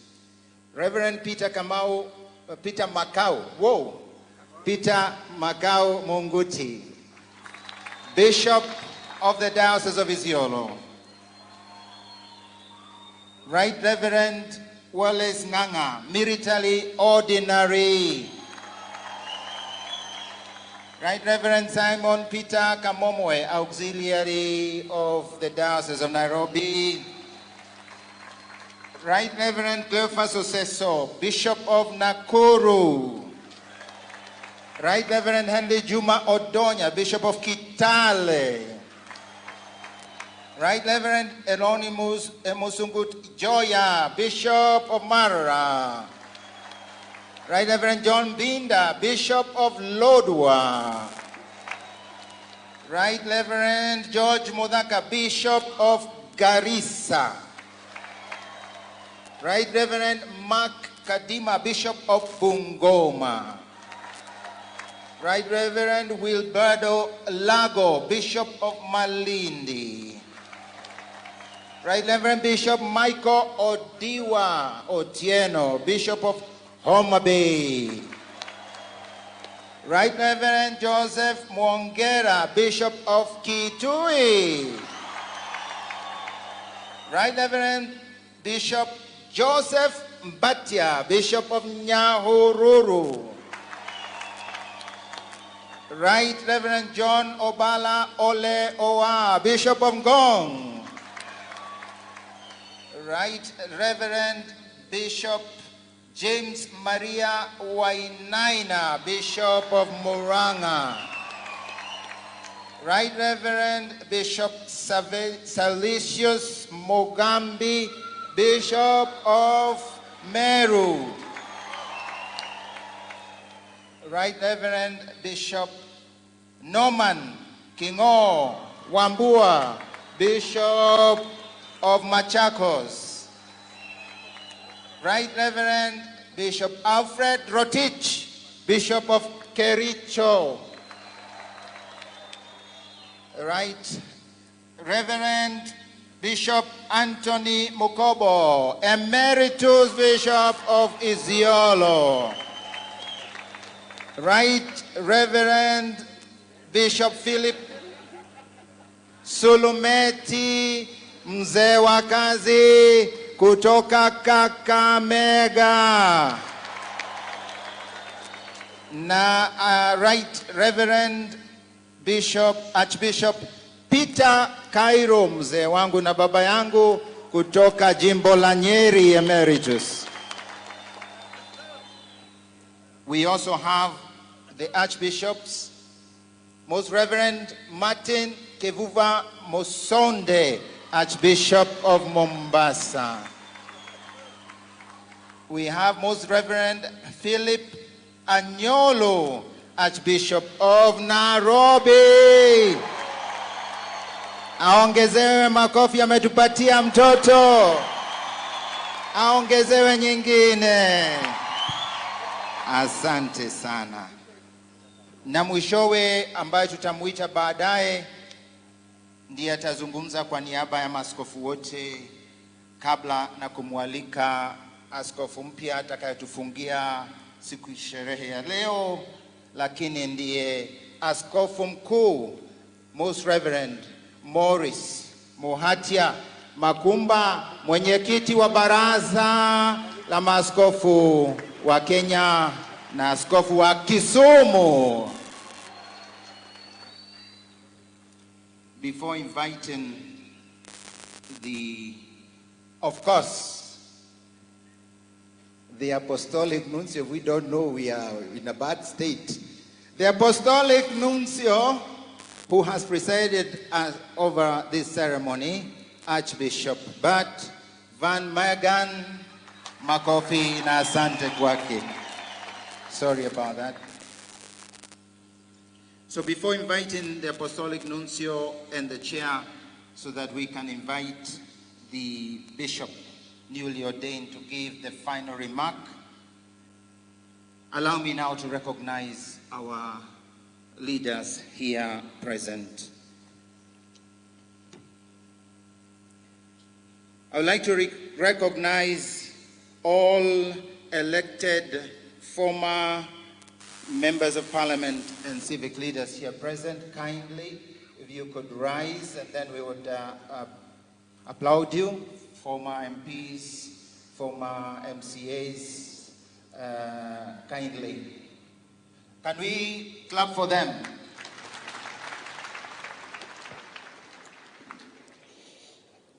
We also want to note and appreciate the presence of all MCAs, members of County Assembly, who may be here present.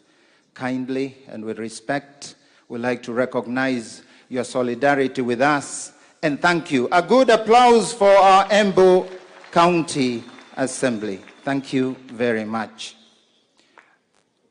I am not sure whether the Speaker of the County Assembly is here. Kindly let us recognize you too. Thank you. God bless you. Would like also to recognize all members of Parliament here present. We know we have a good number. Kindly, with due respect, I would plead you stand and we give you a good applause. Thank you for honoring us. Makofi kwa hawa wote. Some from here and some from outside our county. I would also like at this moment also to recognize our former Deputy President, who is also here. Thank you. I would at this time kindly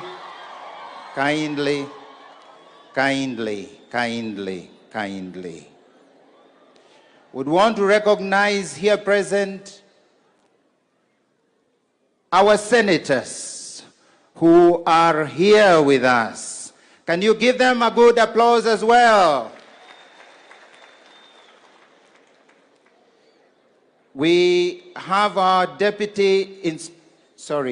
CEOs of different institutions who are here too with us. Kindly. A good applause for them, kindly. Kwa munogire?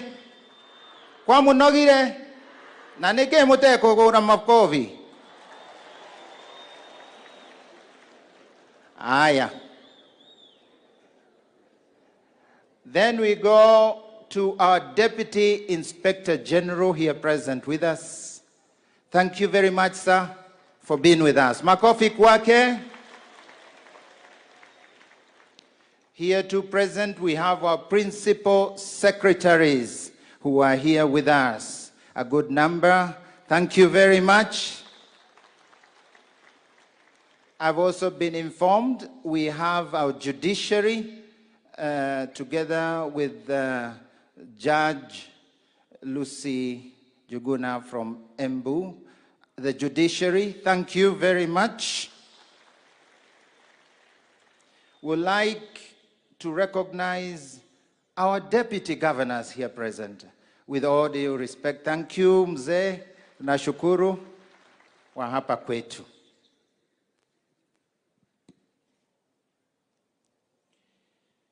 At this juncture then, allow me to kindly ask, on behalf of all our leaders here present, would wish our governor deliver a word of congratulations to our new bishop, and then we will invite our former president to say something kindly. And at that juncture, I will pass that to our deputy president to invite our beloved president. Kindly, Governor Cicely Barire wa Musie. Karibu, Governor Usemeneno. Thank you very much, Your Grace, the Holy Nuncio, His Excellency Archbishop Matthew Van Meegen, our Bishop for Embu Diocese, Bishop Peter Kimani Ndong'o, Your Excellency, the President of the Republic of Kenya, President William Samoei Ruto, Your Excellency, the Deputy President, Professor Kithure Kindiki, Your Excellency, former President Uhuru Muigai Kenyatta,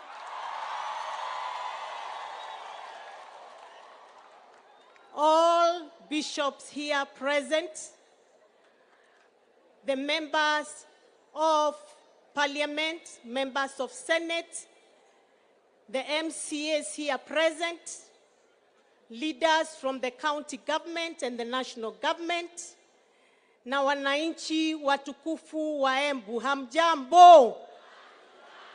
Moyaro, nemukenete, taborai karoveke ganangemi. Wero kamuna wa kinyagoko gwito esiti dauni. Wero na wa kinyagoko gwito esiti dauni. Bishopu karipue. Netwake na munoe.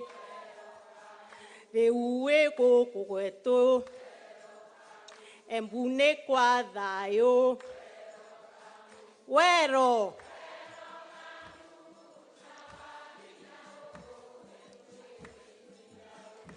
Asante sana.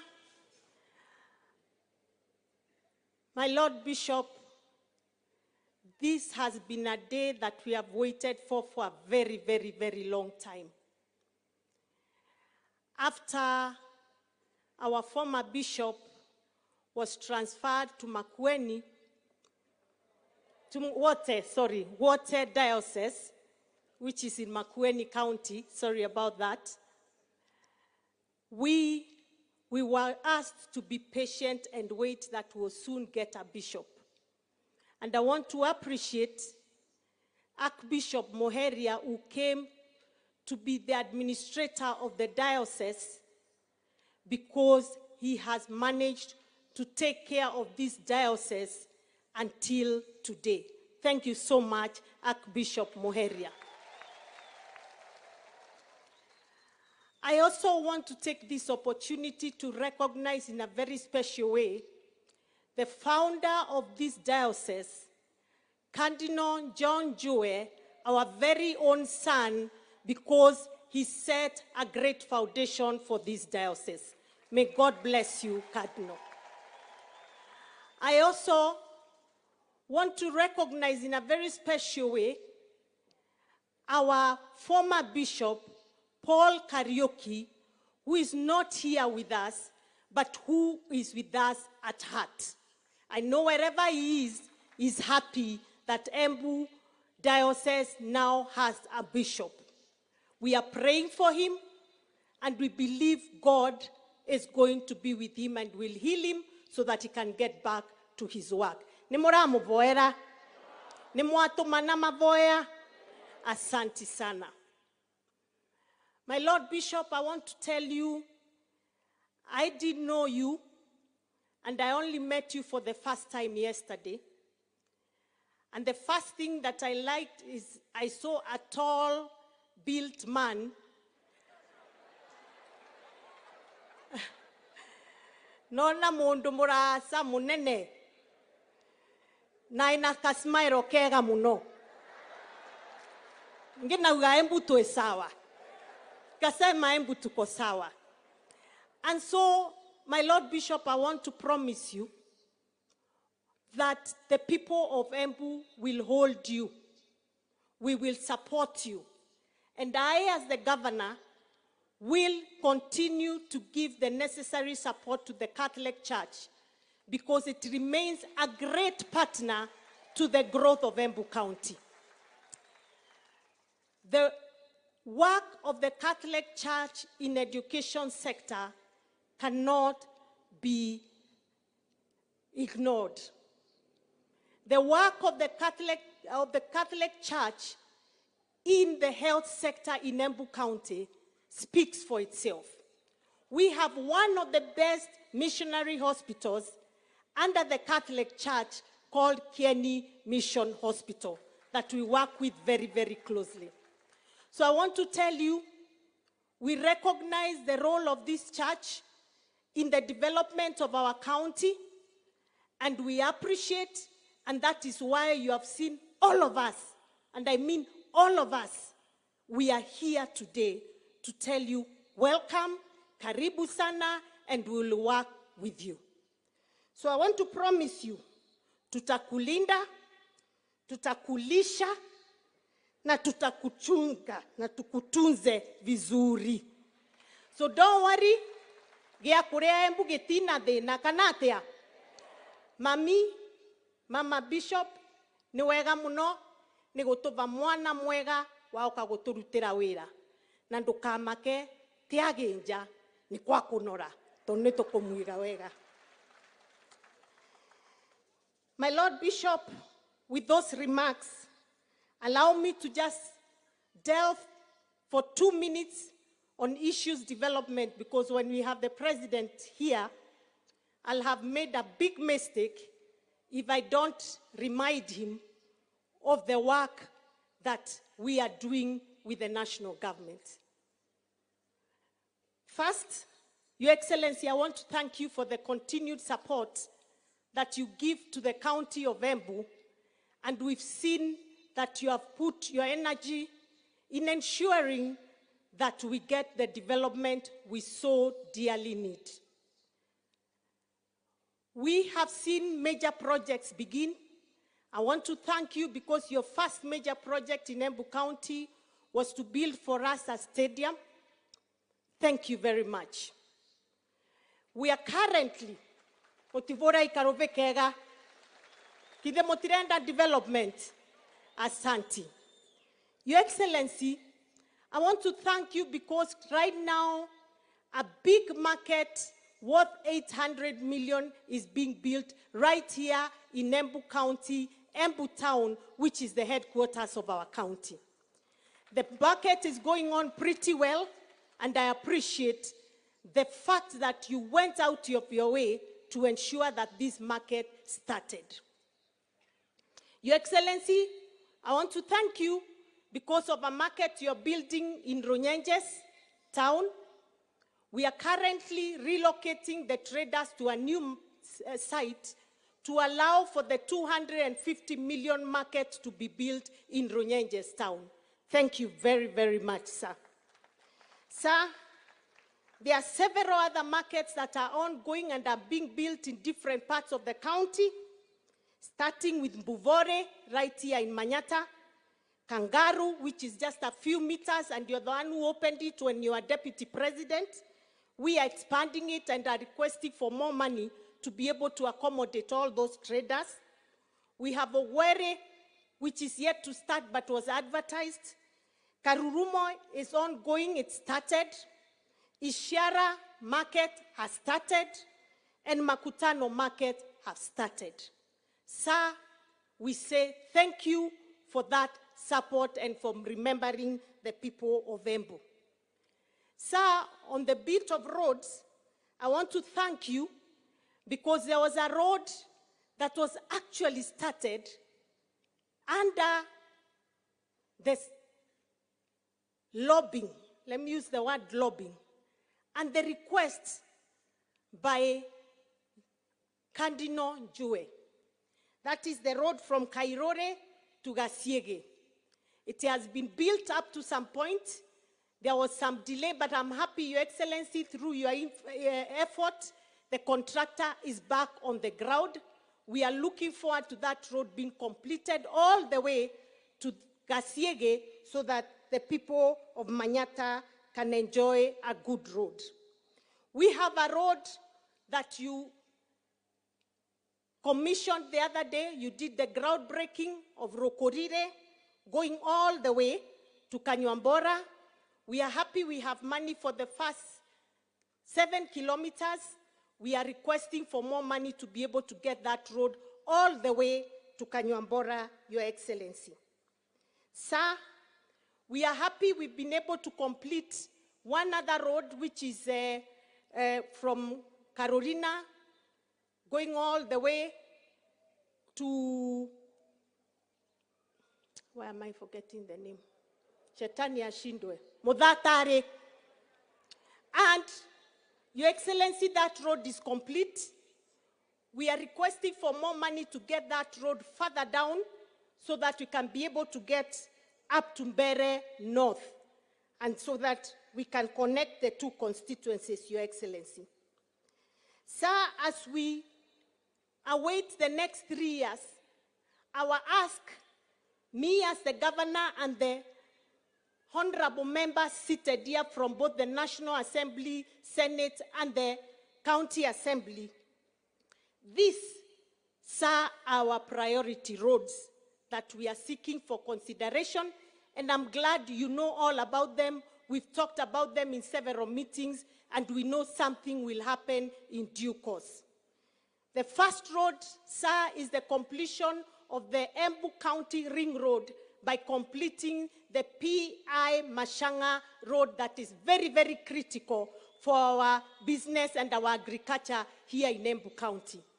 This road connects to our county aggregation and industrial park, sir, that you're building for us, and you have given us 250 million. The county has given 250 million, and sir, this road is critical for the CAIB to take off and take off well. Sir, there's Kebwe Kedemo Road, which we are, and ENA, which we are all waiting for. It is a road that is very, very critical for the people of the ward called Kedemo and Manyata in general. We also have Kebwe Kevote that also connects to your friend's place called Father Kamau, and I'm sure he's really waiting for that road. There's Kekuyare Kerie Eshiara, a very critical road, Your Excellency, sir, that I'm sure you know all about it because we have mentioned it to you many times when we've come to you as the leaders of Embu County. Finally, sir, Keretire Kiambere, another very critical road. And sir, I would like to tell you that the entire of Mbere South, other than the main road that connects Embu County to Machakos and Kitui, the entire of Mbere South has not had tarmac since independence. I pray that under your able leadership, you will also consider the great people of Mbere South. I want to appreciate, Your Excellency, the water projects that you are funding. I want to appreciate that you have given us money to start off the Mbere water project that you commissioned the last time you visited Embu County. And we are also at an advanced stage in terms of design and approval of an African Development Bank funded water project for Ronyenjes Water and Embu Water and Sanitation Company, the two that, Your Excellency, we have sat down with you, we've discussed, we've done designs, you have followed it for us, and I'm glad to tell you that it has been approved for final funding by the Africa Development Bank. Sir, I may not be able to tell you everything, but those are the most critical issues that I would like you to take with you, and tell you that we look forward to working very closely. We'll continue to support you because we want development in our county, and we believe that God will take care of us and take care of you so that you can be able to deliver to this great county. We appreciate the love you've continued to show to us, and we look forward to continued partnership with you.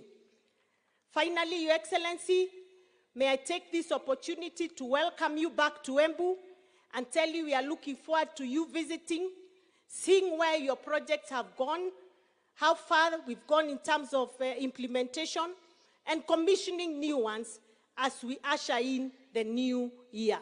Thank you very, very much. May God bless you. And Embu Ngai wa moya murathime na tuthie na mbere kuruta wira twi kindu kimwe tondu twarega kuruta wira twi kindu kimwe titutetheka na titutethia andu etu.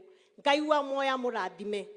And the love I have seen today, the peace I have seen today in Embu, Bishop, I think you brought fresh air, fresh breath into Embu County. I pray that your coming to Embu will bring healing in Embu County.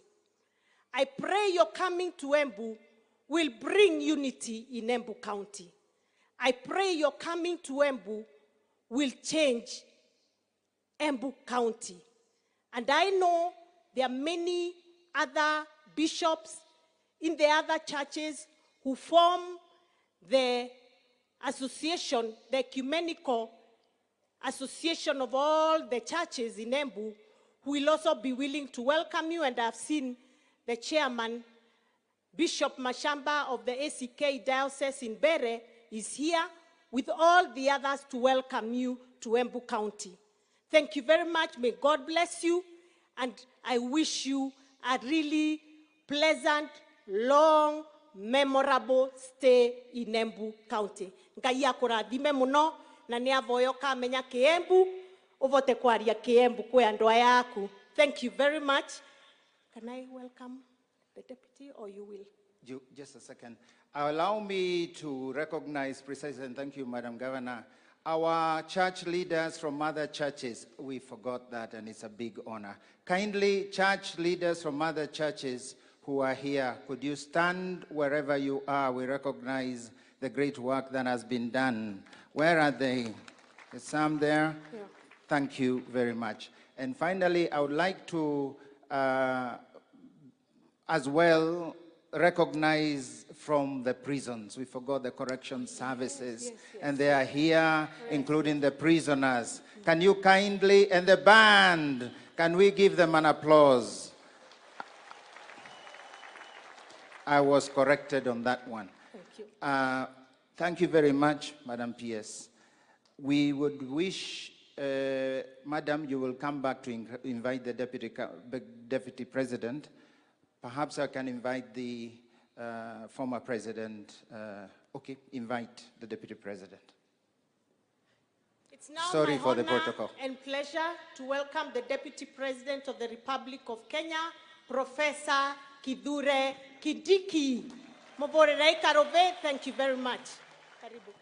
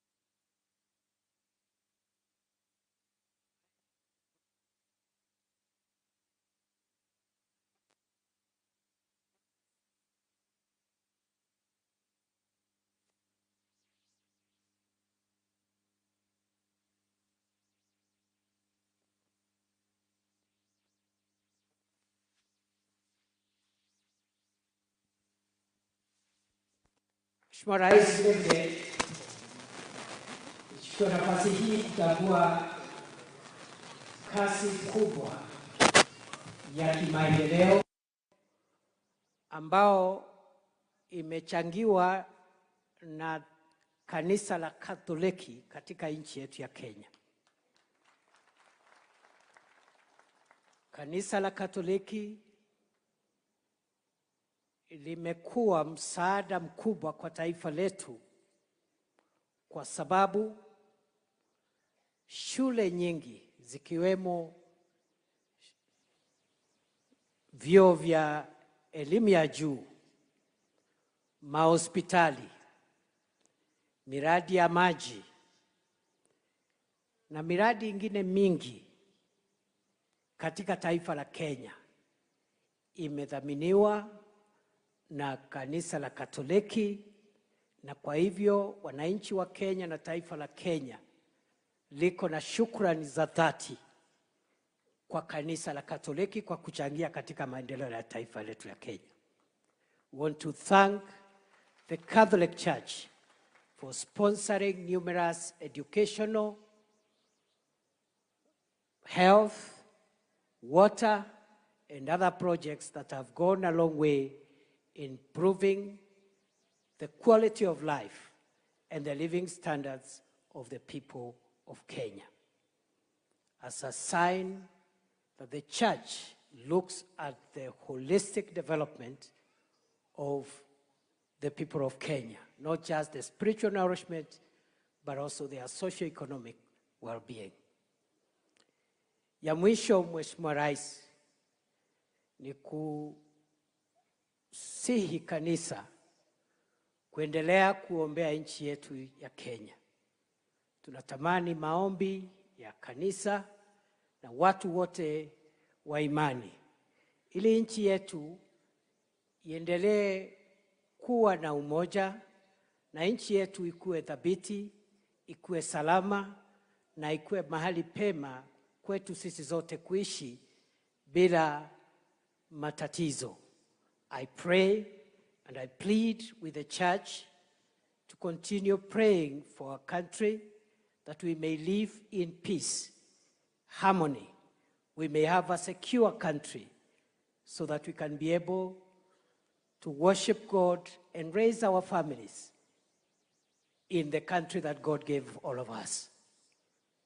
Kufika hapo, utanisamehe Askofu Muheria, kwa sababu kiitifaki singeweza kuongea baada ya Rais wa nne kuongea. Kwa hivyo utanikubalia nikimwalika akisha tusalimia nirudi hapa ili nialike rais wa sasa, rais wa 5 wa Jamhuri ya Kenya. Naomba sasa kwa heshima kubwa kiongozi wetu aliyehudumu kama rais wa 4, Mheshimiwa Uhuru Kenyatta, akuje atusalamie. Welcome, Mr. President.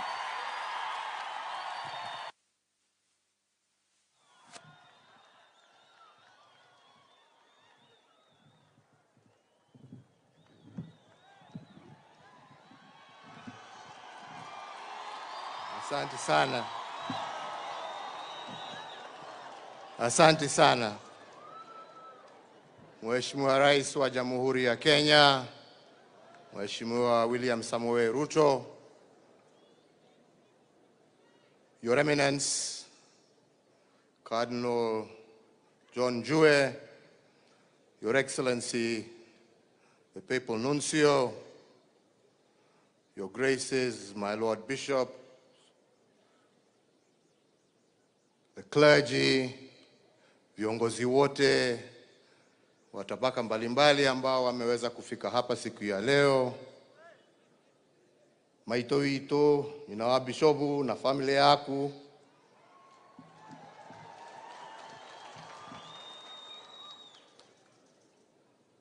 Wakristo, Wakatoliki wenzangu, Waembu, tumsifu Yesu Kristo. God is good. Adua Embu Murearo.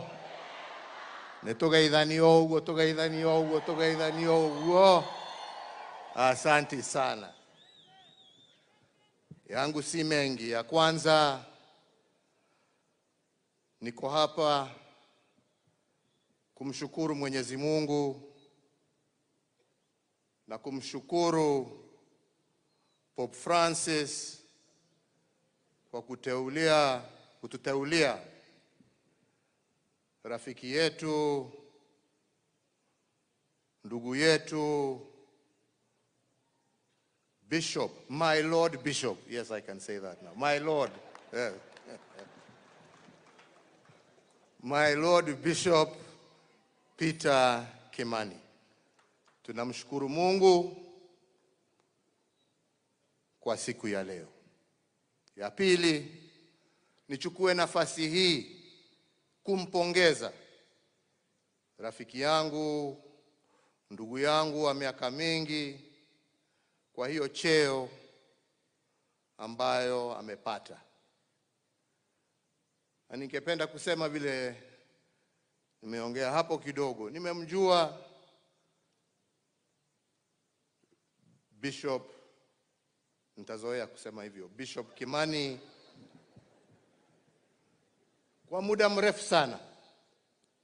Rafiki wa dhati, mtu wa haki, mtu mpole, mtu wa heshima, mtu ambaye ana utu. Na mimi sina shaka wenzangu wa Embu mmepata kiongozi ambaye atakuwa mtu wa kuchunga maslahi ya wale ambaye anaongoza.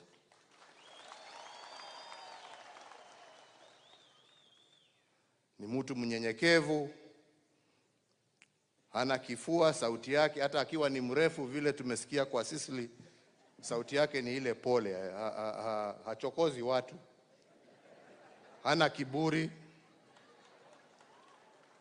Na mimi nataka nikuhakikishie my Lord Bishop ya kwamba vile najua watu wa Embu pia ni watu wa karimu, ni watu wa roho safi, ni watu wa bidii, ni watu ambao wanamuamini Mungu na wanamcha Mungu, na watakuwa watu ambao watakusimamia na kukusaidia katika kazi yako ya kujenga kanisa letu hapa Embu. You have got good people, and I am sure you are going to have a fantastic and perfect working relationship together. Kwa sababu mambo yote ni heshima. Wepa wapatie heshima na watakurudishia hiyo heshima mara 20, mara 100.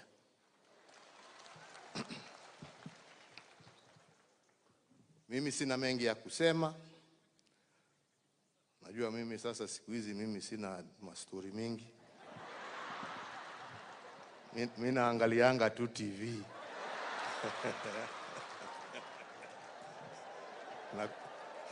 na kusikia radio tu. Lakini ningependa kuungana na yale yamesemwa hapa na mwenzetu makamu wa rais.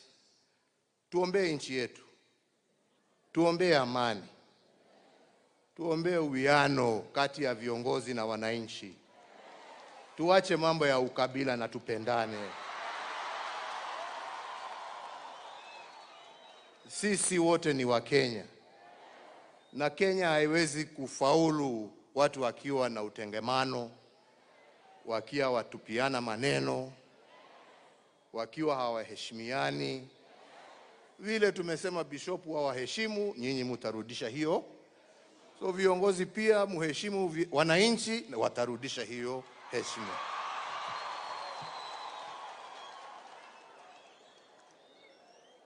Kwa hivyo mimi nataka nifikishie hapo.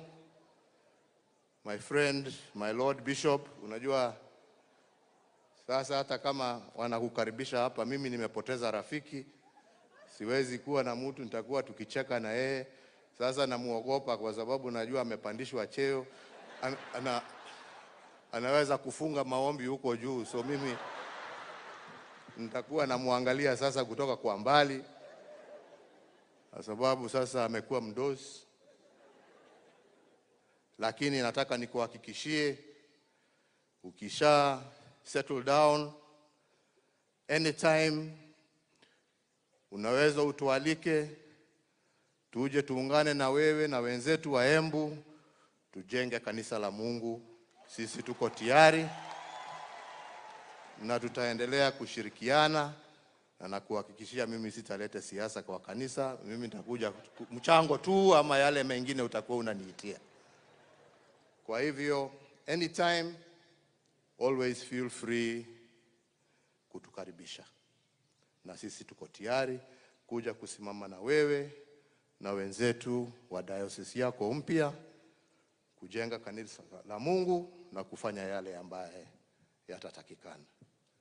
Nikimalizia, kwa sababu ya mvua, ningependa kwa heshima kubwa sana nikuombe my Lord Bishop nikuletee zawadi yangu saa hii, kwa sababu mimi Mheshimiwa Rais akimaliza kuongea mimi nitatoroka. Mambo ya speed hii na makelele siwezi siku hizi, inanipatia headache.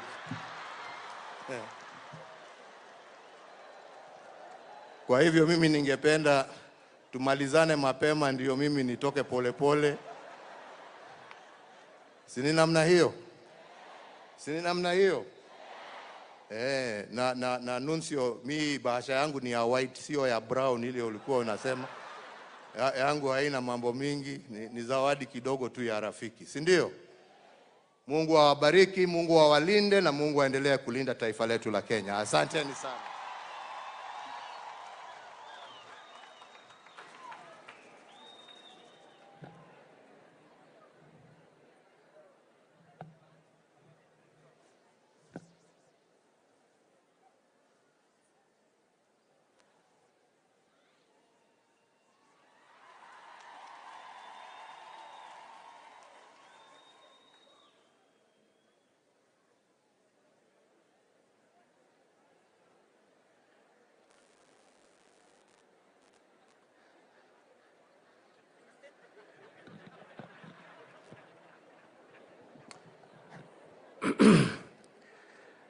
Asante sana Rais wetu aliyestaafu. It is good to see you, sir, looking good. We are praying for you so that you can also enjoy your retirement and continue supporting our country and supporting all of us. At this juncture, it is my singular honor and privilege to request that we be upstanding as we welcome His Excellency President William Ruto to come and address us. Welcome, Mr. President.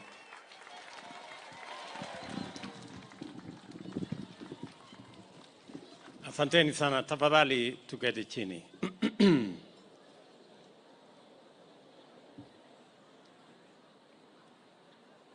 Your Eminence John Cardinal Njue, Your Excellency Huberto,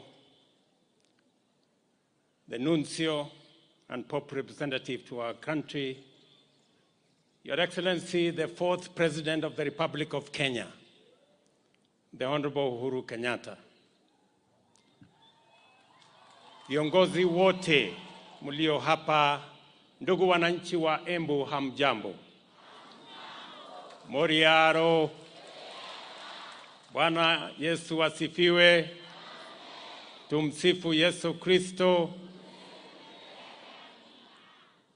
Kwanza mimi nataka nichukue nafasi hii nimshukuru Mungu kwa kutupatia hii nafasi ya kuhudhuria sherehe hii ya muhimu kwa watu wa Embu, kwa kanisa la Katoliki na kwa taifa letu la Kenya. Najua waumini hasa wa kanisa la Katoliki hapa Embu wamekuwa wakingojea kwa muda. Leo tumekuja hapa kumshukuru Mungu na pia Papa wetu kwa kuteua na kumpa nafasi askofu wetu mpya, Askofu Peter Kimani. On behalf of the government of Kenya, I want to congratulate you, Bishop Peter Kimani. Congratulations on your appointment as the Bishop of Embu. Na mimi nataka nikuhakikishie vile viongozi wengine wamesema, sote tuko tayari kufanya kazi na wewe vile tunafanya kazi na wenzako katika uaskofu wa sehemu mbalimbali na kanisa Katoliki kwa ujumla. Wiki hii imekuwa wiki mzuri sana kwangu na kanisa la Katoliki.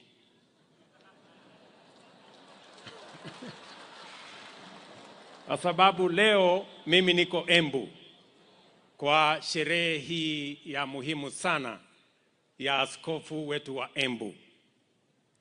Jana nilikuwa katika graduation ya Tangaza University ambayo inasimamiwa na kanisa letu la Katoliki. Na juzi nilipata salamu kutoka maaskofu wetu ya barua. So mimi nafikiri ndio nikamilishe kesho, nafikiri nitatafuta mahali ya kwenda ibada ya Jumapili katika kanisa Katoliki ndio iwe complete. Hii wiki ikae mzuri. Vile vile wakati tumeanza hii ibada nikaona Askofu Peter ameitwa hapa kufanyiwa interview kama ako tayari kwa hii kazi. Na kidogo nilipata wasiwasi. Niliona alijibu ya kwanza, kajibu ya pili, kapata wasiwasi, na hii interview ikienda sio vizuri tutafanya nini na tumekuja wengi. Lakini askofu, congratulations kwa kupita mtihani. Sasa tuko na askofu mpya hapa Embu County.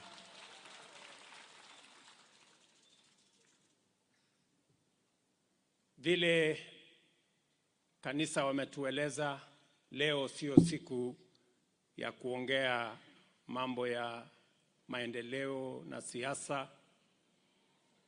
Nashukuru gavana wetu amesema kwa niaba yetu sote, mimi nitatafuta nafasi yangu nikuje nilale hapa Embu ndio tupange mambo ya maendeleo ya hapa Embu County. Baada ya hii Krismasi, mapema mwaka ujao nitakuwa hapa. Mambo yenu ya maji, mambo yenu ya barabara, mambo yenu ya stima, masomo ya watoto wetu, niko na mambo hiyo yote na tutakuja tuseme wakati huo. Nataka tu nimwambie kiongozi wetu aliyestaafu Rais Uhuru Kenyatta, ile kazi uliniwachia mimi nang'ang'ana nayo mbaya sana. Kusukuma.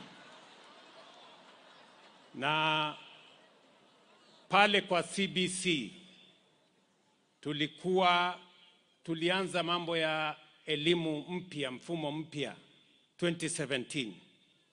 Nataka niseme kufikia sasa, next year tunaenda grade 9 na tayari tumenunua vitabu ya watoto wetu wa grade 9 1-to-1. Wabunge hawa wanajenga madarasa 5,000, serikali kuu inajenga madarasa 11,000. Tayari tumeajiri walimu mpya wa JSS 46,000, na tena mwaka huu, mwisho wa mwaka huu, this December, saa hizi tunaajiri walimu wengine 20,000 ambao watatusaidia kusomesha watoto wetu tukisonga mbele. My friend, the fourth president, uliniwachia ile kazi ya affordable housing. Mimi sasa nasukumana na hiyo affordable housing. Hata hapa Embu tayari iko 80% ambayo tumefanya. Tunajenga nyumba 1160 tayari inaendelea sehemu tofauti tofauti katika taifa letu la Kenya. Na hiyo kazi nasukuma kwa sababu ndio itaweza kutupatia nafasi ya ajira na iweze kutusaidia kupeleka taifa letu la Kenya mbele. Vile vile katika mambo ya matibabu, jana tumezungumza mambo ya matibabu ya universal health coverage. Hata mimi nikitoka hapa saa hizi, mimi nitapitia kwa hospitali hapa Embu, kwa sababu nataka nihakikishe ya kwamba vile tulikubaliana na hao wananchi, mambo ya matibabu isiwe starehe ya watu wadosi, iwe ni haki ya kila mwananchi wa taifa letu la Kenya. Na hiyo kazi nitahakikisha, kwa sababu tulianzisha pale ikawa na matatizo, lakini mimi nataka niwahakikishie wa Kenya na niwahakikishie wa maaskofu wetu, vile wametusahihisha kwamba kuna makosa hapa na pale, hiyo makosa tutarekebisha, kwa sababu universal health coverage is a must do, because indeed it will make the difference and make sure no citizen is left behind. Kwa hivyo watu wa Embu, vile mumesikia askofu wetu amesema na vile viongozi wengine wamesema, tutashirikiana kwa pamoja, tuungane, tuweke umoja na tupange vile nchi yetu ya Kenya itasonga mbele. Kwa hivyo nataka niwachie hapo kwa leo na niwaambie nitarudi tena ndio tuongee yale tumepanga tukienda mbele kwa pamoja. Asanteni sana, Mwenyezi Mungu awabariki. Thank you very much and God bless you.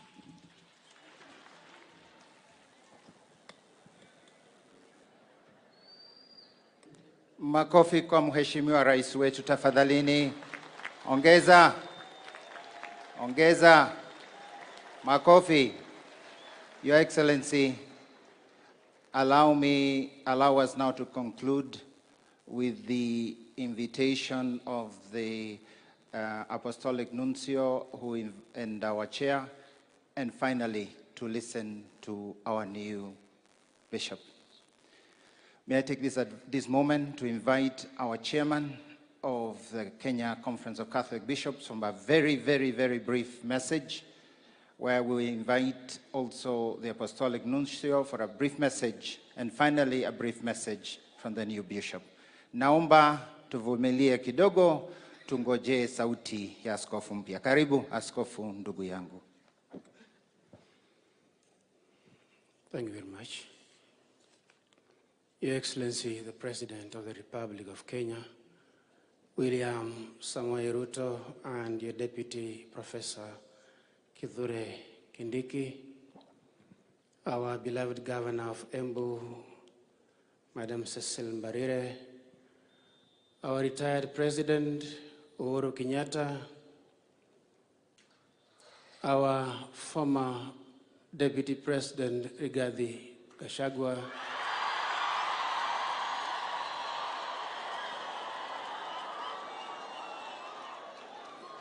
elected leaders, national level and county level, distinguished guests, ladies and gentlemen who have joined us today, thank you very much for coming.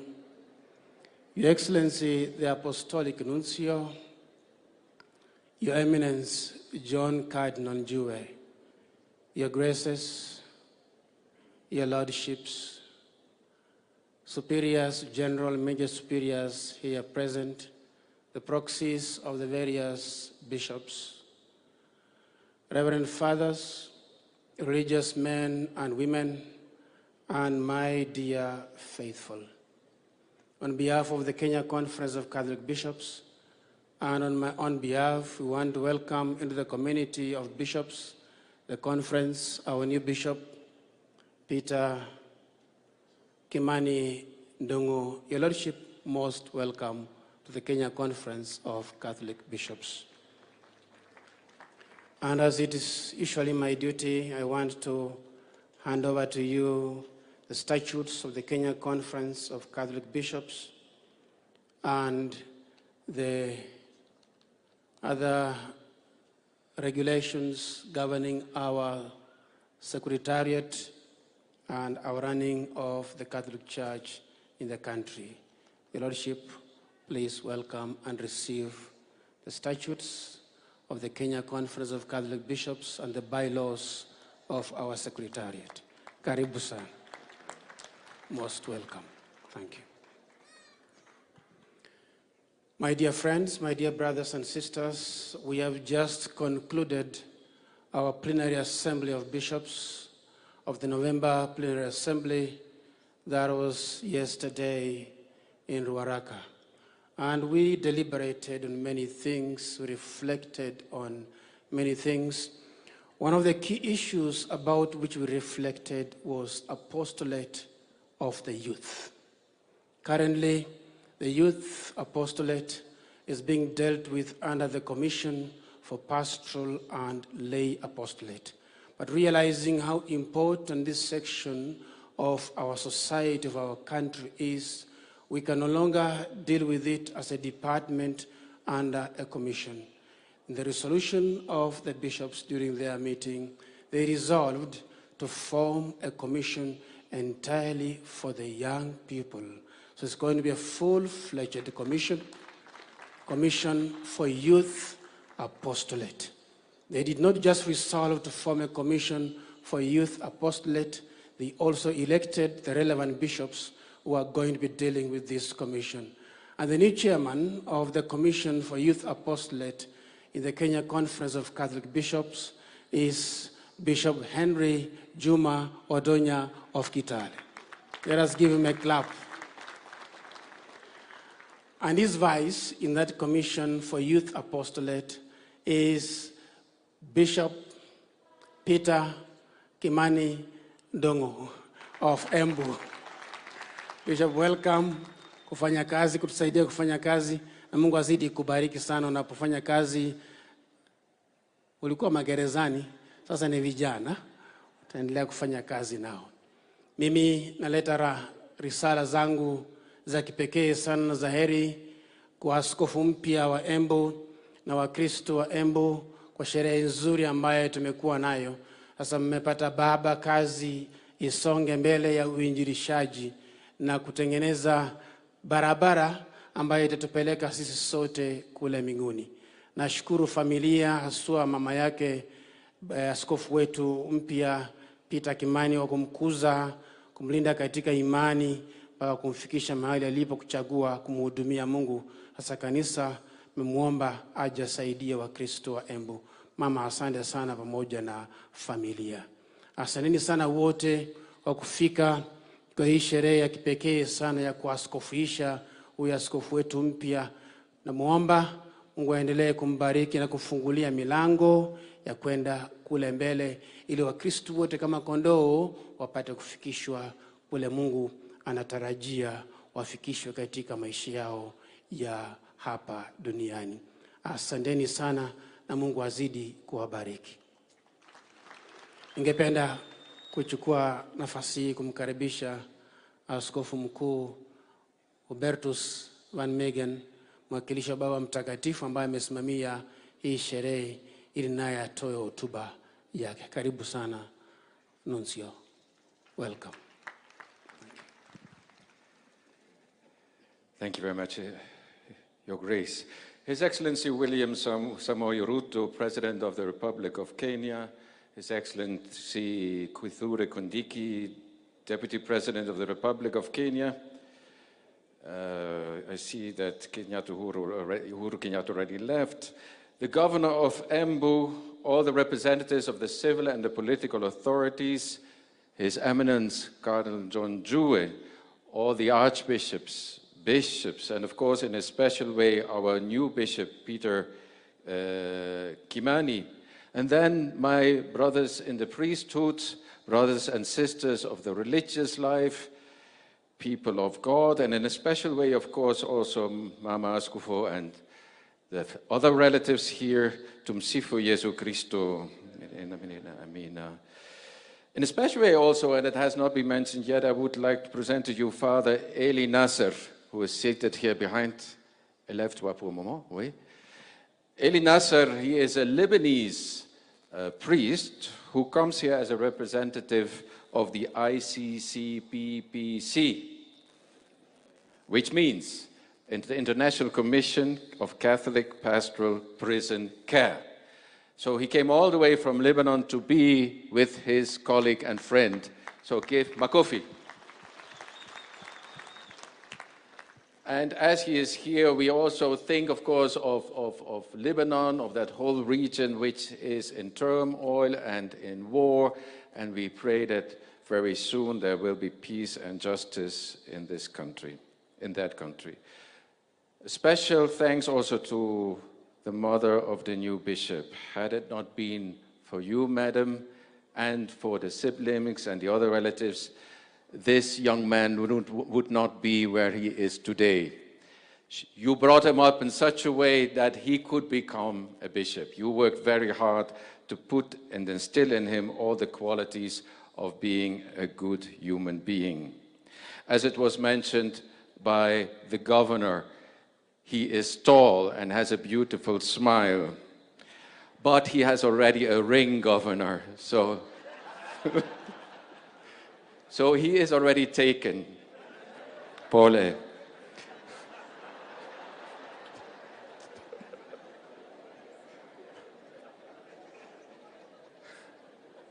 We keep on praying for the new bishop, of Bishop Peter Kimani, that he may grow very quickly in his new office as being the bishop of this great diocese of Embu.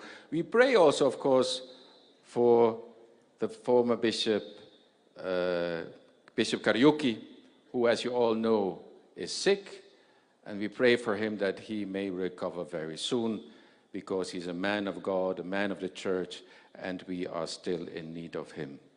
So with that, I would like to invite, can I do that? Can I invite the new bishop, because that's what you... Kindly. Yes. Let me then invite the new bishop, Peter Kimani, to come forward and to address us with his first maiden speech, so to say, as the bishop of Embu.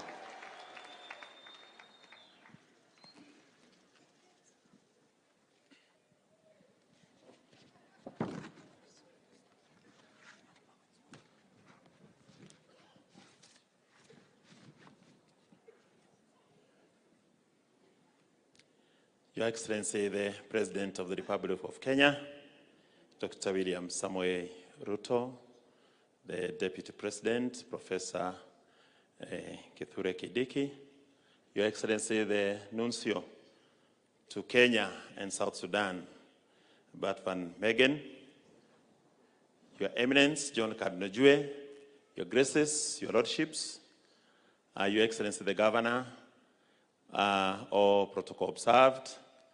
My fellow priests, let me just mention them in the even if I had said all protocol observed, because that is just a few hours ago I had just come from there. But so I cannot forget my background, where I have come from. Allow me to take this opportunity just to say a few things, because the feeling that I had when I entered this ground was actually taken care of when I slept here. When I prostrated here and you sang the Litany of the Saints, Your Excellency, you are right. It was a real exam, because it was pain. You could feel it. I could feel it. But when His Excellency put the ring and as he said, he told me that now you are taken, I realized it is true. I am taken. not from the people, but taken back to the people from prison. So I want to thank Your Excellency very much for this opportunity. Allow me to start my short speech by quoting the letter of Peter, 1 Peter chapter 5, verse 5, which is also the base of my motto. All of you clothe yourselves with humility in your dealings with one another, for God opposes the proud, but bestows favor on the humble. And therefore it is with great humility and love that I take courage to stand before you, people of God, to thank God our Father for graciously granting me this opportunity in my life to serve Him as one of the successors of the apostles in the church, and thereby joining the College of Bishops in the Kenya Catholic and Kenya Conference of Catholic Bishops. In spite of my unworthiness, He has called me, and He knows why. He has chosen me amongst all my brother priests. But as we know from Isaiah chapter 55, verse 8, His ways are not our ways, and His thoughts are not our thoughts. Allow me then, therefore, to thank the Holy Father, Pope Francis, who in his divine inspiration gave me this appointment to the office of Bishop of the Diocese of Embu. This was announced to me and to the people of Embu on the 15th of August 2024 on the occasion of the solemnity of the Assumption of Our Lady into heaven at 1 p.m. I pray that may our Mother Mary, assumed into heaven, continue to intercede and protect the Holy Father, the Vicar of Christ, and through you, Your Excellency, I assure him of my obedience and prayers as he continues to serve the people of God. Secondly, I want to take this chance to thank the Apostolic Nuncio to Kenya and South Sudan, His Excellency Bart Van Megen, for his words of encouragement and filial support when he gave me that information about the appointment, and also for ordaining me today as the 4th Bishop of the Diocese of Embu. Your love and your commitment and your fatherly care to the church in Kenya has now ensured that all the dioceses in the country have shepherds for the flock of Christ. May God bless you immensely, Your Excellency. I want to take this chance also to thank Your Graces, Your Eminence, Your Graces and Your Lordships for your encouraging and warm messages that you sent me after my appointment and even as you laid your hands on me today. Your presence here is a profound testament to me that I am not going to walk alone, but rather I'm joining a college of brothers in the episcopate, with who in the spirit of synodality we shall walk together in one mission, in one communion and participation in the growth of the family of God.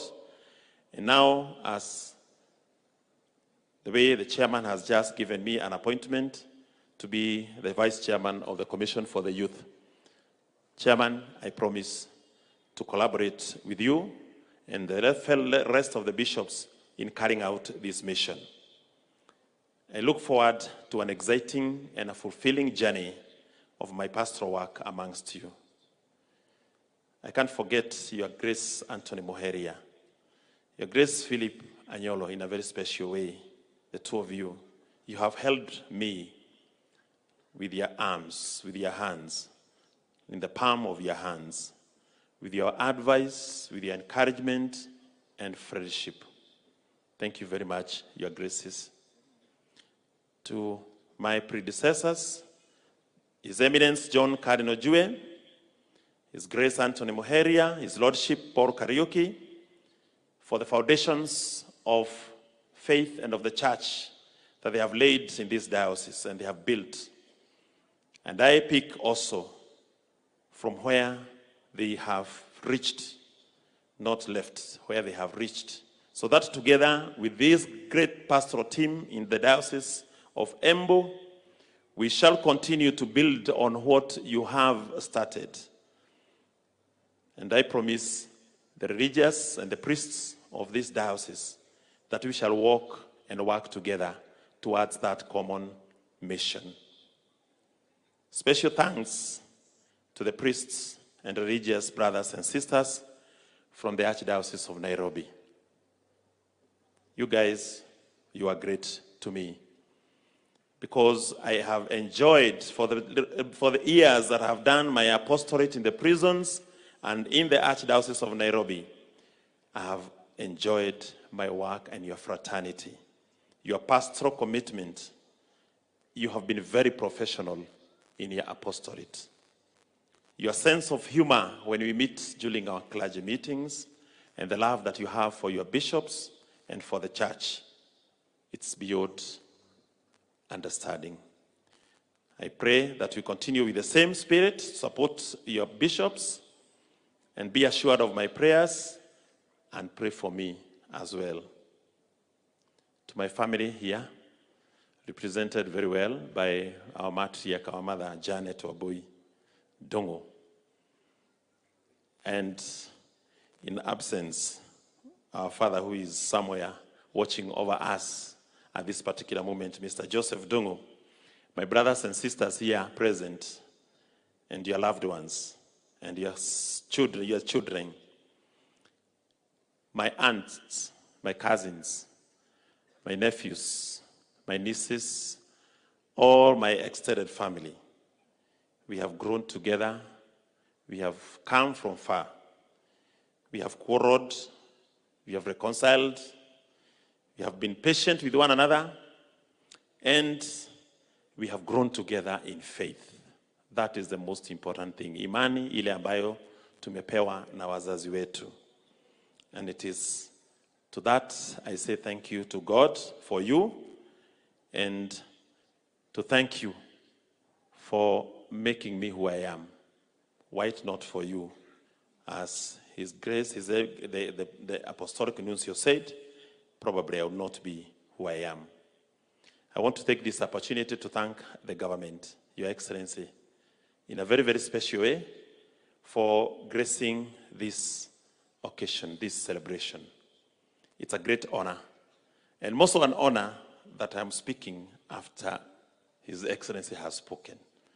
Usually when the President speaks, we hear the national anthem, and everybody is told to go home. I'm very sure all those who have spoken after you were doing the national anthem. So let me take that with a lot of humility, that your leadership has made this occasion because of the peace that we are enjoying. I do not take it for granted, and this is also a testament of our common purpose as church and state, to serve the people holistically and in solidarity for the good of all. So let us embrace each other in this area and focus on this common purpose through listening to each other and also discerning what God wants us to do together to make Kenya great.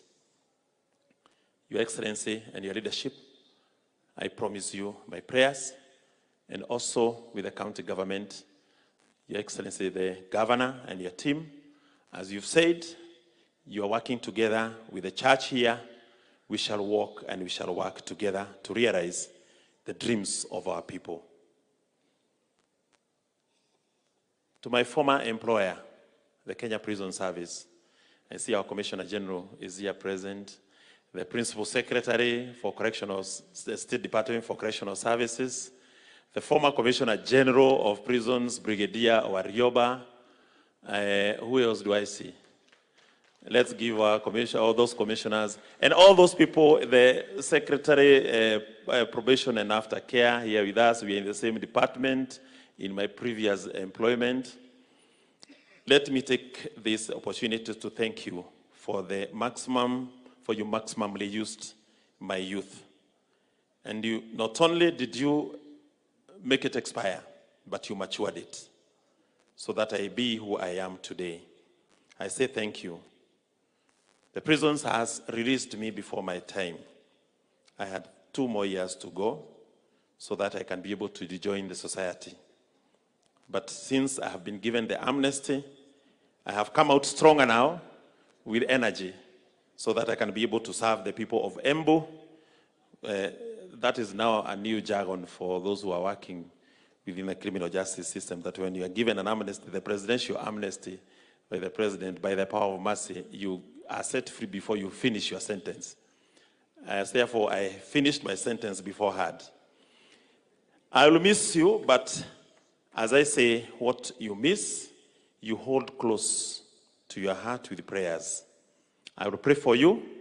I pray for the success of the work that you do of rehabilitating and bringing back honor and dignity to those people whose lives are broken by crime and deviance. And I am happy, and I can assure you, Your Excellency and my Lord Bishops, you could have seen, you saw the product of our work. You saw the prisoners do the same today. Let's give them a clap. I don't know whether they are still around. And our prisoners, it means that actually this service has brought together from the highest to those that we consider the lowest. We are all sharing from the same table. I thank all the religious priests, all the priests, religious and women, and the lay movements, committee members of this Diocese of Embu for their warm welcome since yesterday. I look forward to living and working amongst you as a Christian, a priest, your bishop, and your shepherd. Let's work together as we celebrate 50 years also, as we celebrate 100 years of our diocese, also 50 years of the small Christian community in the Amesea region. I call upon you that we do a revitalization of our jumuiyas. We give them a renewed purpose and make them a real church in our neighborhood, where our families, our youth especially, the role that have been given, can find belonging and spiritual care. To the committee that has done this job, Vicar General Father Wanyoike, let me say you have done a wonderful job. It is not easy what you have brought up or what you have put together. The choir, asanteni sana. I could not have... Your voices were angelic. I now imagine what I'm going to be experiencing during Mass. Thank you very, very, very much. We shall work together for the common good and also be grounded on the values and principles of the gospel of Christ, who served us in humility and love up to death. Let's strengthen our family values and focus on our youth and children by teaching them to love our church, to love the vocation to the family, the vocation to the religious life, the vocation to priesthood, and also to love the church. Finally, now I can say with full confidence that I feel at home. Muriaro ando wa Embu. Muriaro rege. Na niĩ ndĩ mwega. For the visitors who are here, nina mũgwata ũgeni gũkũ gwetũ Embu, na mwĩigue mwĩkĩ, mwĩigue mwĩ mũciĩ, mũtikenũke narua, mwĩkarange, tũrĩe na tũnyue na twĩke atĩa, na twĩthambe namo. Nĩgue kana tigue? Haya, basi Mungu awabariki sana, na mkirudi, mrudi salama. And for those who are staying over, we are a generous and hospitable people. Welcome tomorrow for the Thanksgiving Mass at the Cathedral. Thank you very much. May God bless you. May He protect us. May He be our shield and defender. Tumukumie Yesu Kristo. Asanteni sana.